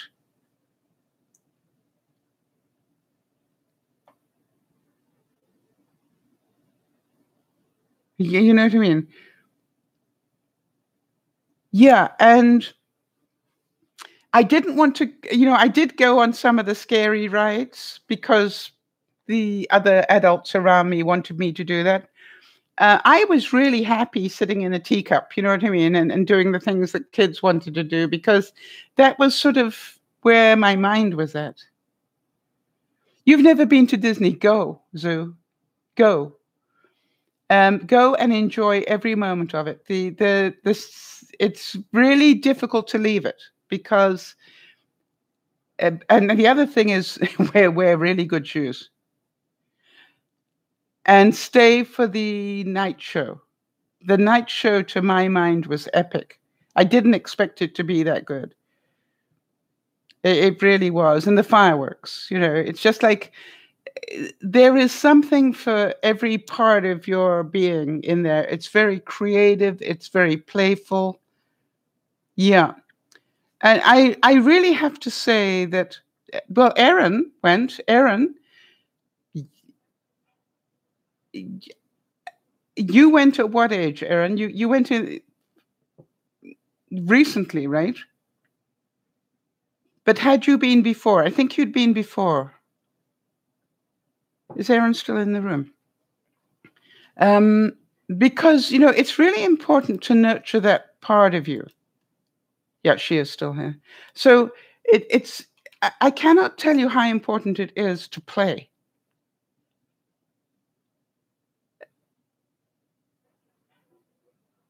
All right, so Zoo's saying, I can't do the big rides anymore.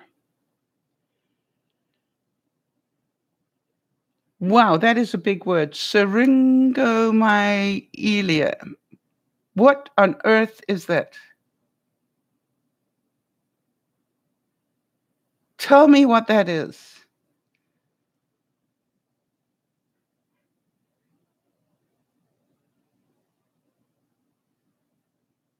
You know something? I think that's beautiful. Beth said, after my mom passed, she left me an inheritance.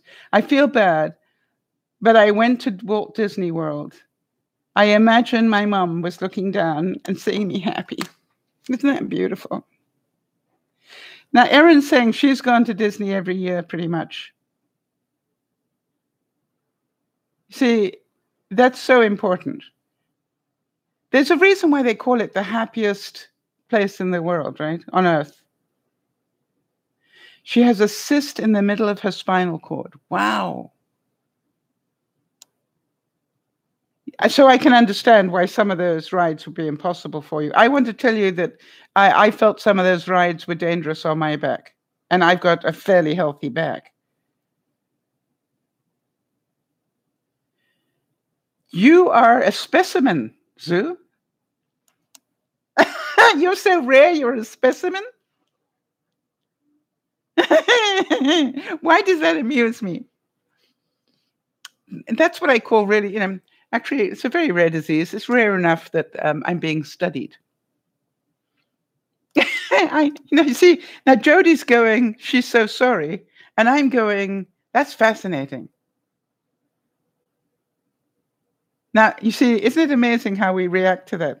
But the interesting thing is that through studying you, they'll be able to help others, right? That's the whole thing. Who is the astronaut that is a twin, and they did all the studies on them both before he went up into space for a year, and he came back taller than he went down, and got an extra chromosome or something while he was up there. And really interesting to see the effect of being in space on him. And the only way they could do it was to watch what was happening to the twin, because they were absolutely identical before they left. And then he came back different. Hi, Christy. Christy.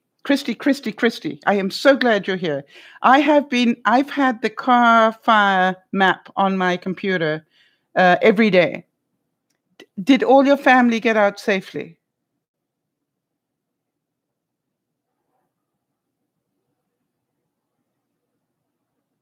Oh, Erin, that's so difficult for you. Scott and Mark Kelly. Thank you, Jody. Erin saying, all right, now Erin. Oh, you will miss her so much, Erin. Erin's manager is going for Texas to go and get a house and start her. She's going to start her own facility, right? Yes, and you've been very close, and I'm certain that you have part of you that's really sad. Okay, and she's going to actually, start a house. And am I allowed to say the second part of that, Erin? For those of you who don't know, Christy is a very, I'm going to say a very old Dear Mama Sal viewer, and she's not very old at all. But she was there 6 years ago with Matthew, and she is the one that I've been writing about, where she's got family in it's Reading, right, Christy? I want to tell you, I've been literally every day, maybe 2 or 3 times a day. I'm going, how close? And at one point, I saw that it had actually jumped the I-5, and I went, wow.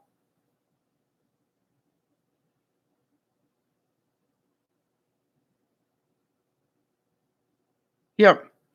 So, but Christy, you came in for a reason. Was it to talk about the fire? Yes, there are fires in southern in California. Actually, there. I want to tell you, when I look at how that fire is moving, and when I see some of those pictures, it breaks my heart.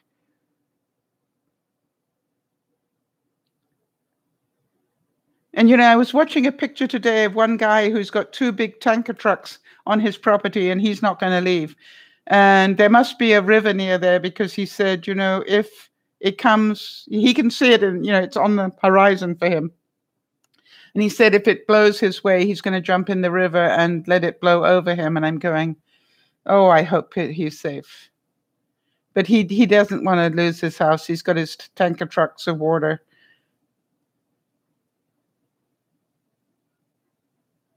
Yes, wouldn't that be lovely for us to be able to control the weather in such a way that we could send them the rain that they desperately need? The good thing is, Christy, that it's 30% contained. Once they start to be able to contain it, then they can start controlling it. Then they can start cutting bits of it off, and that is great. What's the weather forecast, Christy? Do you know? Is there any chance of the winds dropping or the heat dropping?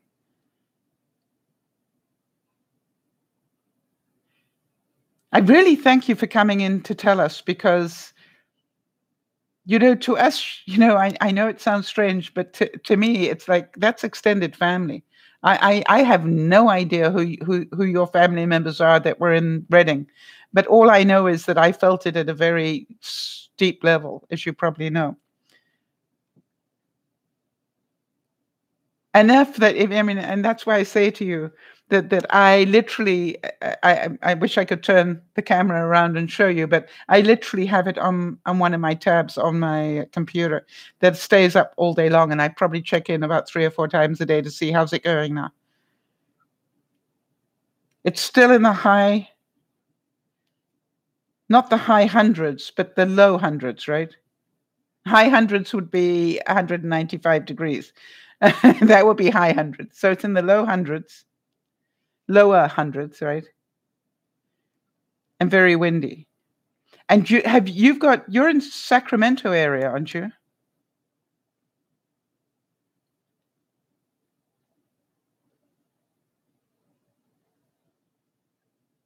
Yeah, I remember, was it last year or the year before that no, it must have been last year, that, yeah, 108 and up, yes. But that's low hundreds, not high hundreds. Think about that. I know what you're saying. It's a very high temperature, but it's in the low hundreds. So, last year we had a lot of forest fires going on here in our forests, and that smoke caused bad air quality. Yeah, exactly. It caused bad air quality here in where I lived, but it also was all the way down into Washington, and even went as far down as into Oregon, I think. That's how bad the smoke was. And, the prevailing winds just happened to go south at the same time. And that it was amazing that people in Washington State and Oregon were struggling with bad air quality because of the forest fires we had higher up in British Columbia. I don't think I saw the sky for about nearly a month. The quality of air was so bad that I didn't actually see blue sky. So I know about that bad air quality from that. Well, the main thing, Christy, is that they are safe. Did they lose, has the fire come to their properties yet? Now, I don't know if anybody saw the footage that I saw this week, but I saw a whole neighborhood that had been absolutely gutted by the fire, and one house was untouched. Did any of you see that? It was like in a cul-de-sac, and every house in as far as you could see, every house was gutted, and there was this one house that was standing, untouched. And I kept thinking, what was that feel like? What did I do right in my life that my house was saved? I would think about that. And how many of you can understand it could be a most difficult time because it's like survivor guilt. Yeah, all but this one house. And it was like in a cul-de-sac. It wasn't like 10 miles away from anybody else. It was like all the houses and the cul-de-sac and everything, as far as you could see, was gutted. And this one house stood without it didn't even look like the lawn was. Yeah, it was like somebody had photoshopped it in. It was really weird. But you have to believe in God when that happens. They must have survivor's guilt. Yes, that's what I was thinking. I'm certain at some level they are so happy, but how do they cope with that? That everybody lost everything, all their neighbors lost absolutely everything, and they're fine.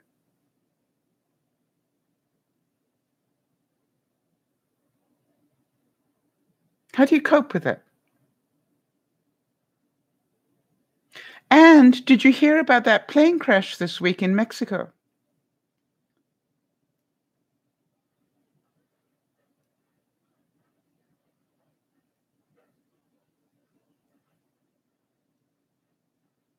Did any of you hear the news on that one?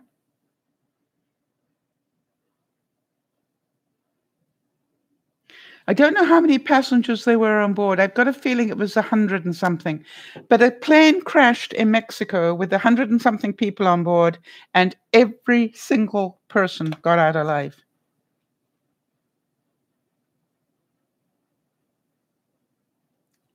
A couple of them are in hospital, but every single person got out alive. What are the chances of that? I want to tell you something, Christy. I have seen that man who lost his wife and his 2 grandchildren. And to me, that is a question I asked. How will he be able to live? Yeah, it was like the plane that landed on the Hudson River, yes, and Sully's plane. But, you imagine that. This guy landed a plane on land, crash landed it on land, and everybody survived. Yeah, I don't know. When you listen to that man that lost his wife and his 2 grandchildren, he was on the phone with them. And they wouldn't let him in to go save his family. Right? He got so far and couldn't go anymore.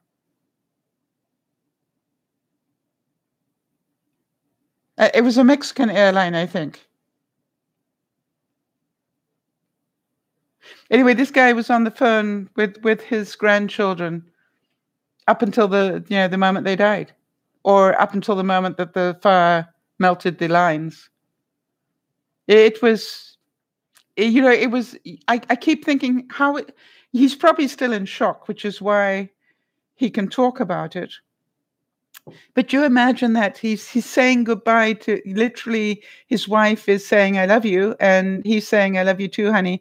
I'm trying to get in to save you." And the grandson is saying, "I love you, grandpa. I love you, grandpa." They all died. And the grandmother literally covered the children with wet blankets and then lay on top of them with another wet blanket on top of her and still didn't save them. So, you look at it and you go, what a horrible way to go. No doubt about it. But the other side of it is, how does that man ever live with it? He went to go shopping or something. I think I've got this right. He went to go and get something, not realizing that the wind was shifting or whatever. He went, popped in, I'm just going down to the store to go get whatever. And it was in Aeromexico. Thank you, Jody. She's so good, isn't she? Jody is so good at that stuff. All right. Yeah. So he was meant to live, right? So you have to look at that. But what hell will that be? You've lost everything: your wife, your grandchildren, your house.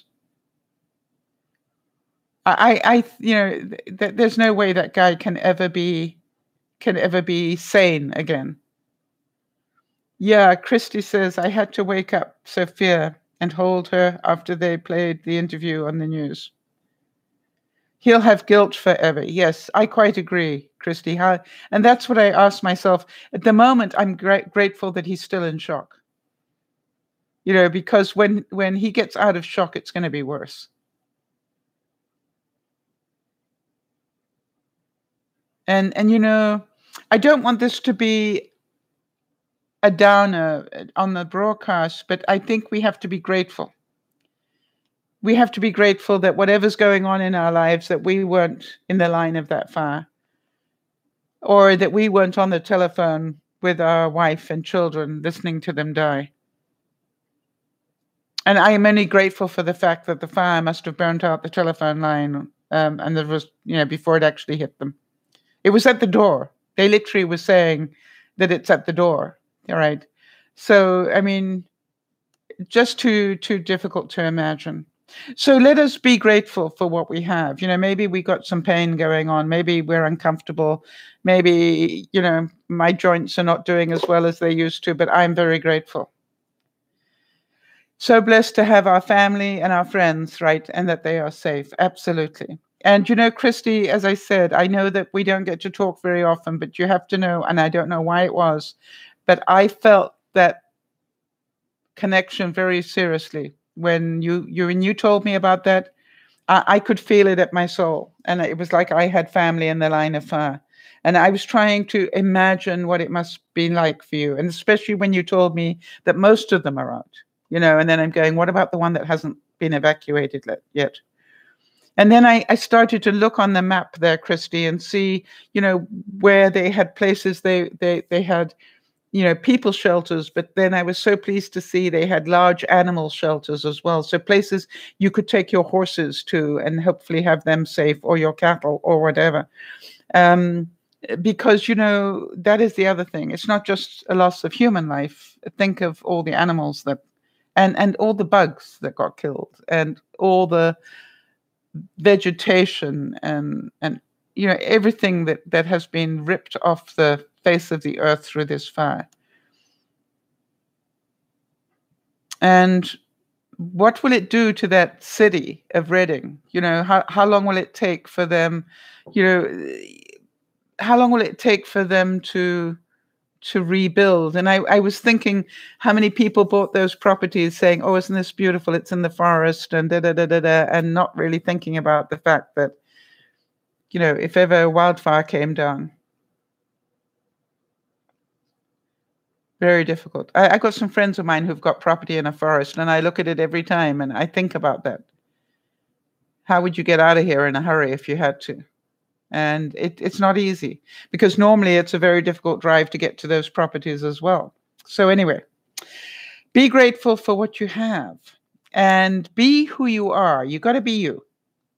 And you does not fit into somebody else's box. That is my point here. If you are truly you, you probably don't follow all the rules your parents tried to give you. And if you're truly you, you probably are much happier when you're doing the things that you actually enjoy. And how often do you allow yourself to do them? You know, Christy, I understand what you say, and you think about that, and that's why you try to live in the city. But let me tell you something else. In the city, you've got other problems, right? And so there is no really safe place anywhere. We just have to be grateful. So I just would say to you all, be very grateful for the life that you have. As Beth so rightly said, without the dysfunction she had early on in her life, she wouldn't be the person she is today. If I keep thinking about if Benji hadn't put me online on the 25th of August, 2012, I wouldn't have met Christy or Nana or any of you. And so for that, I'm very, very grateful. And I'm very grateful for the problems that I have. Do you know what I'm saying here? Because I could be that man talking to his wife and children, grandchildren. And so I'm very grateful for what I have around me. And that is the important thing. Sure, as I was saying at lunchtime, we can get ourselves into a mood if we think too negatively. But the truth is, be very grateful. Be very, very grateful for what you have. Because life can be as much fun as you want to make it. Erin, I think it's wonderful that you went to Disneyland every year of your life. I think, that is very important. And I you cannot help but smile in Disneyland. Right? Because it's like, of course, I went looking for Prince Charming. You do know that, don't you? He wasn't in. Story of my life.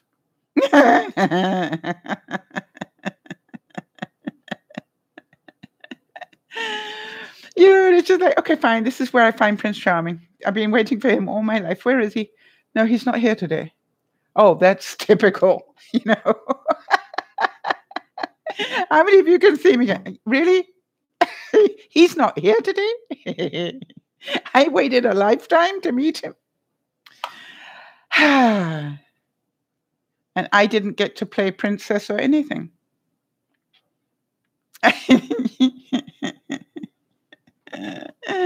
Yeah, how many of you can just imagine me going, what do you mean he's not here today? I came today. But there was cotton candy and balloons. Oh, that's interesting. Zeus says, I bet you find your Prince Charming when you start your adventure. My next adventure, you mean? Oh, isn't that cute? Sakura says you don't have to find Prince Charming. You are a queen. I got the crown too, Sakura. And the wave. All right. So, everybody, thank you so much for being here for the broadcast. I really appreciate it. Now, would you like to know a secret?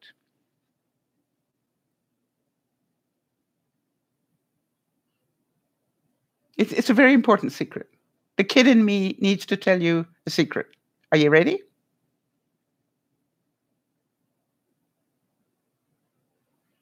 I'm still in my jammies.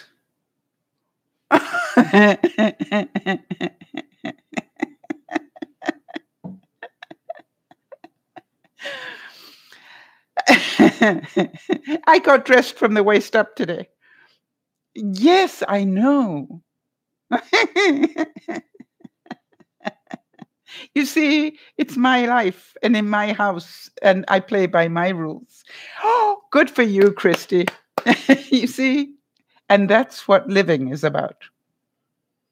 And whoever told us that was wrong, to be sitting in your jammies at 9 o'clock. At 9 o'clock at night, I should be sitting in my jammies, shouldn't I? But I did actually put a top on. And Jody as well, you see. You used to teach English online. Oh, I'd be good at that. I should be an online teacher. Maybe I am. All right, everybody. So here's the thing. Be who you are. Don't worry so much about what other people think. Don't worry so much about what you were taught as a child, because most of it was bunkum. And a lot of it was there to keep you safe. You know, when I listened to the story at lunchtime from that young lady, that Muslim lady living in Tunisia, so much of what she was telling us was about her, her culture trying to keep us safe. And so what I say to you is, you don't know that you're going to be around tomorrow or next week or next month. So do things that you like. Well, Zoo, we're really glad you popped in. Seriously. I'm really, really glad you popped in. I appreciate it. Hi, Isabel. How are you doing? Oh, it's a pleasure, really. Uh, uh, to my mind, we need to be reminded it's okay to be who you are. And I assure you that whether I am well behaved or badly behaved, people are going to like me and some people are not going to like me. Whether I'm laughing or whether I'm crying, some people are going to relate to that and some people are not. You see, my job in life is not to please everybody else. It is to be happy. That's my job, is to be happy. And not to try and fit into all those boxes. How many of you can understand a lot of people think I am, probably close to insane, because I am thinking of leaving my 2,400 square foot house and moving into a trailer.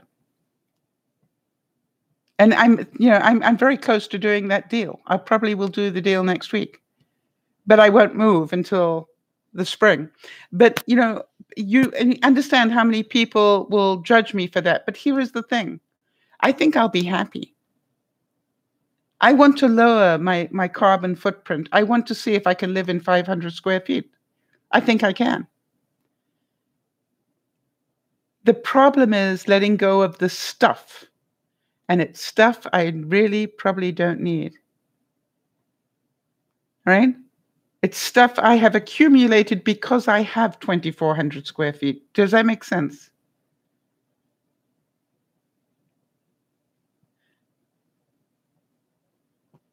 So I will be taking you with me. and I'm already going, my beautiful, how many of you have seen the beautiful wall units I've got in my bedroom? All the white ones with the baskets in them and everything. I'm struggling because I can't quite see where I'm going to put them and whether I'll have to get rid of them, but I don't want to get rid of them. So I'll make a plan.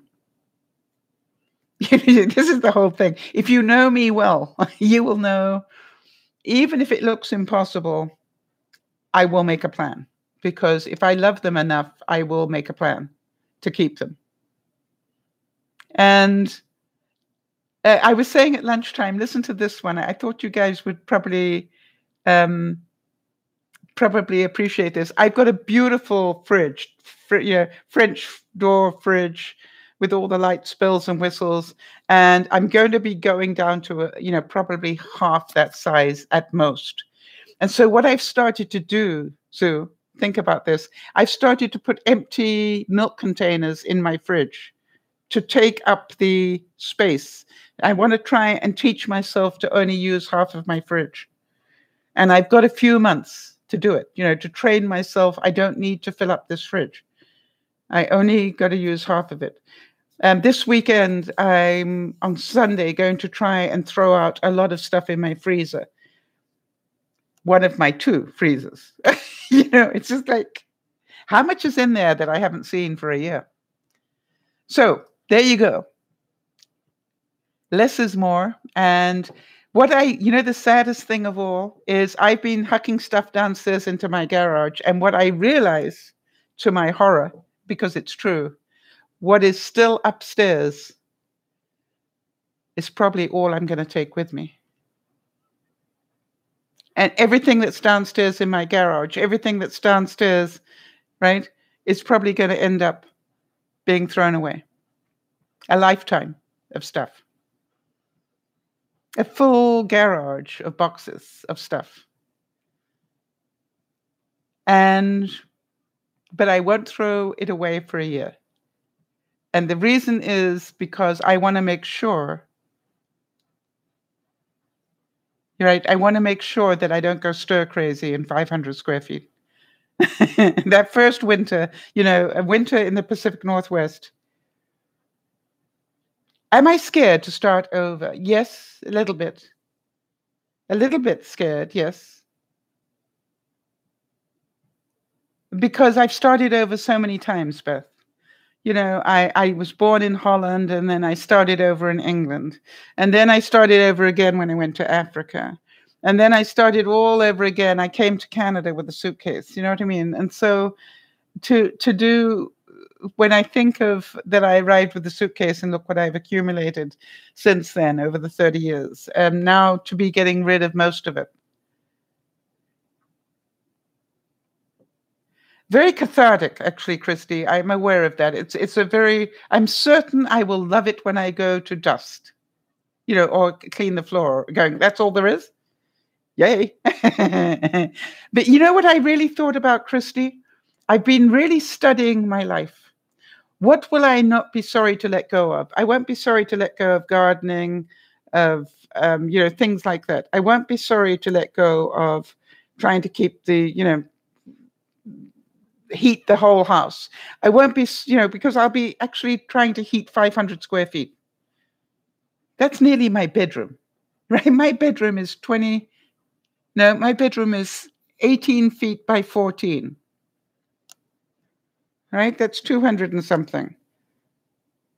I can't do the math. Hang on a second.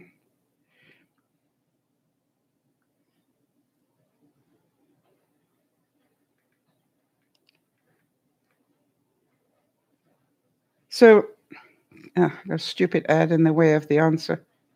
Come on. Move, ad. They shouldn't be allowed to have ads. Right, so half of it, my bedroom is half the size of the total space I will have. Less bills, yes. The pad rent for where I am is like going to be less than $600 a month total, and that includes cable. Is there something you would change while starting over? There's a lot. How about we talk about that on Sunday, if you would like to? There are a lot of things that will have to change. It won't be a maybe. It'll. My biggest fear, though, Beth, and you didn't ask me that one, but I'm pretty sure that you will think about that later. What is my biggest fear? My biggest fear about downsizing was that I would end up in an apartment somewhere on my own, and that I would isolate. Can any of you relate to that? I'd be in a little dark apartment somewhere, and nobody would care whether I got up in the morning. And I could see that I would get depressed pretty quickly. And so what I wanted to do was to get into a different sort of mindset and mentality. And my experience is I was either going to get a luxury fifth wheel, or a houseboat was my other thought, that I think I could live on a houseboat. Yeah. So I know I needed to protect against being isolated, even though you can live in that environment and not necessarily see everybody every day.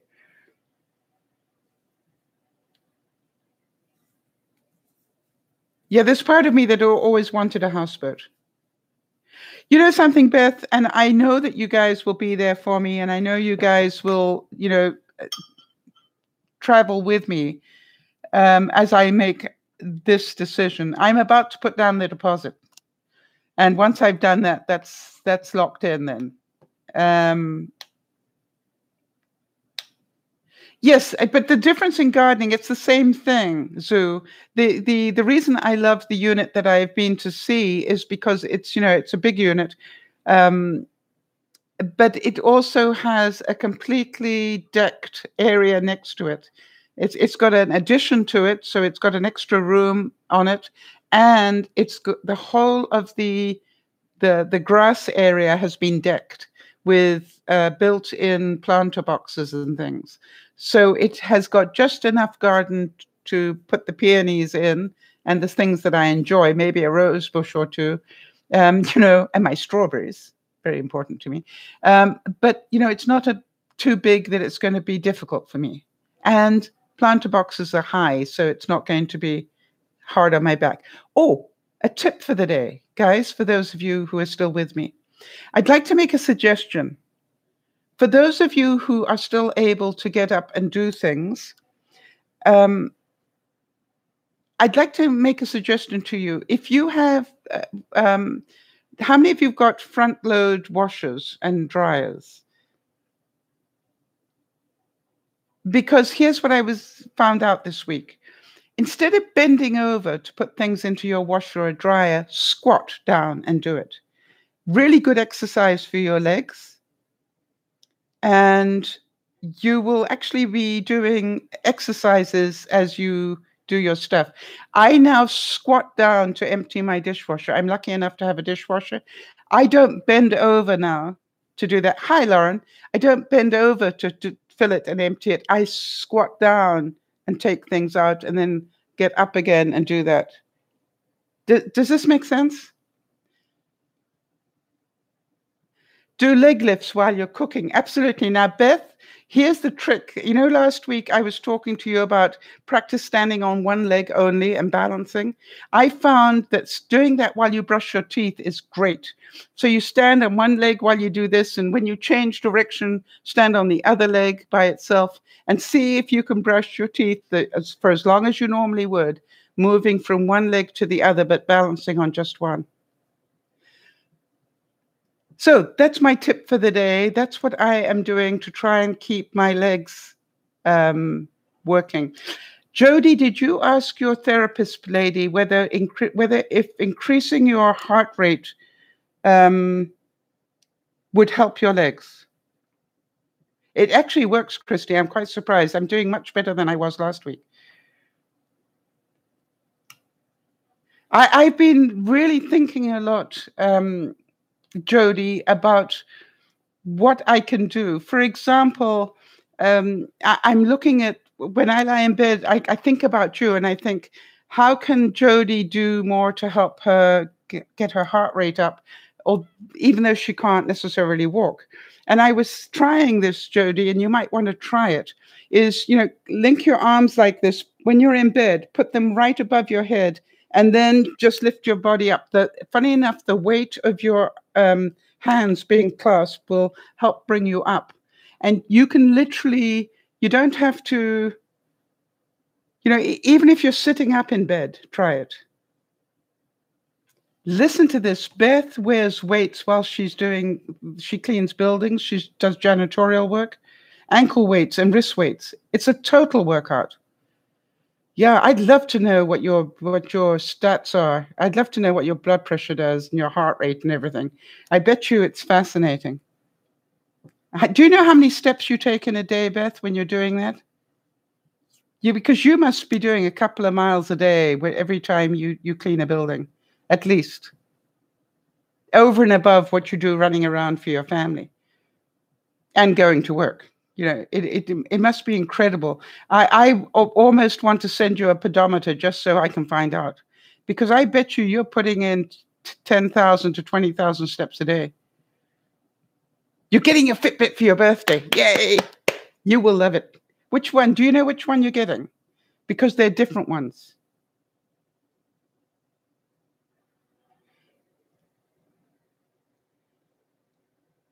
You're going to love it. Okay.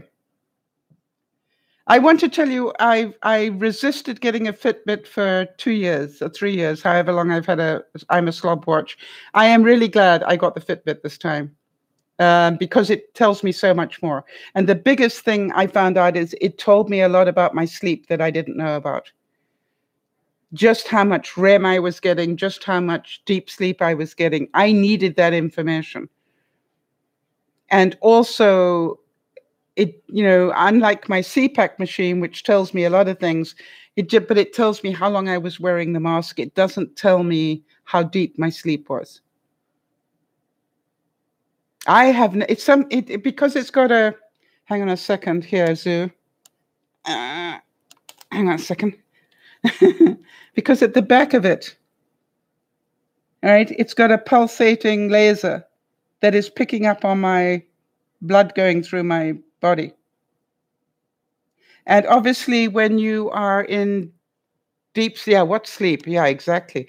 And so when you go into REM, your heart rate slows down, right?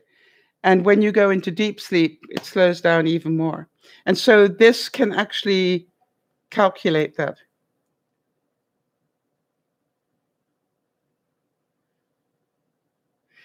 Beth said that when she was at Disney World, if you want to have a good exercise program, go to Disney World, right? She walked 15 miles a day for 10 days. Yeah. I found when I went down to VidCon, I did 10,000 steps a day without, realizing it. All right, guys, I'm out of here. So please remember, be who you are. You got to be you. Even if you lose some friends through it, life is so short. And so don't always try to fit in. And if you have children, teach them that not fitting in is not a bad thing. What time on Sunday? The Sunday broadcasts are from 3:30 until 5 Pacific time. I don't know where you live, Sue. So the easiest way I can tell you, it's 3:30 to 5 my time, and I'm in Pacific time.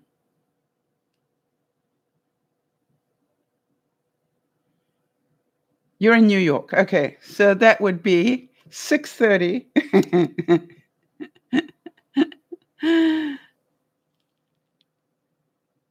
No, that's not tomorrow, Beth. It's Sunday. Not tomorrow. Tomorrow is my me day. Right. Okay. But Christy, you can watch it later because that's why I'm doing them on YouTube, because people can watch them later. And I'm actually surprised how many people write to me and thank me for that, because they can watch it later. All right, people, big hugs to you all. A good broadcast again. It's not the same without you, so thank you for being here. Thank you for being honest. Thank you about talking about your life, because you will never, ever know how many people you help just by hearing, Beth's story or Nana's story or Jodi's story. It helps people to hear that they're not alone in some of these experiences. So have fun, look after one another, but as always, please, please, please remember to look after yourself, and most of all, let the kid in you out, right? Play a bit, please. This is Dear Mama Sal saying bye-bye for now. Bye-bye.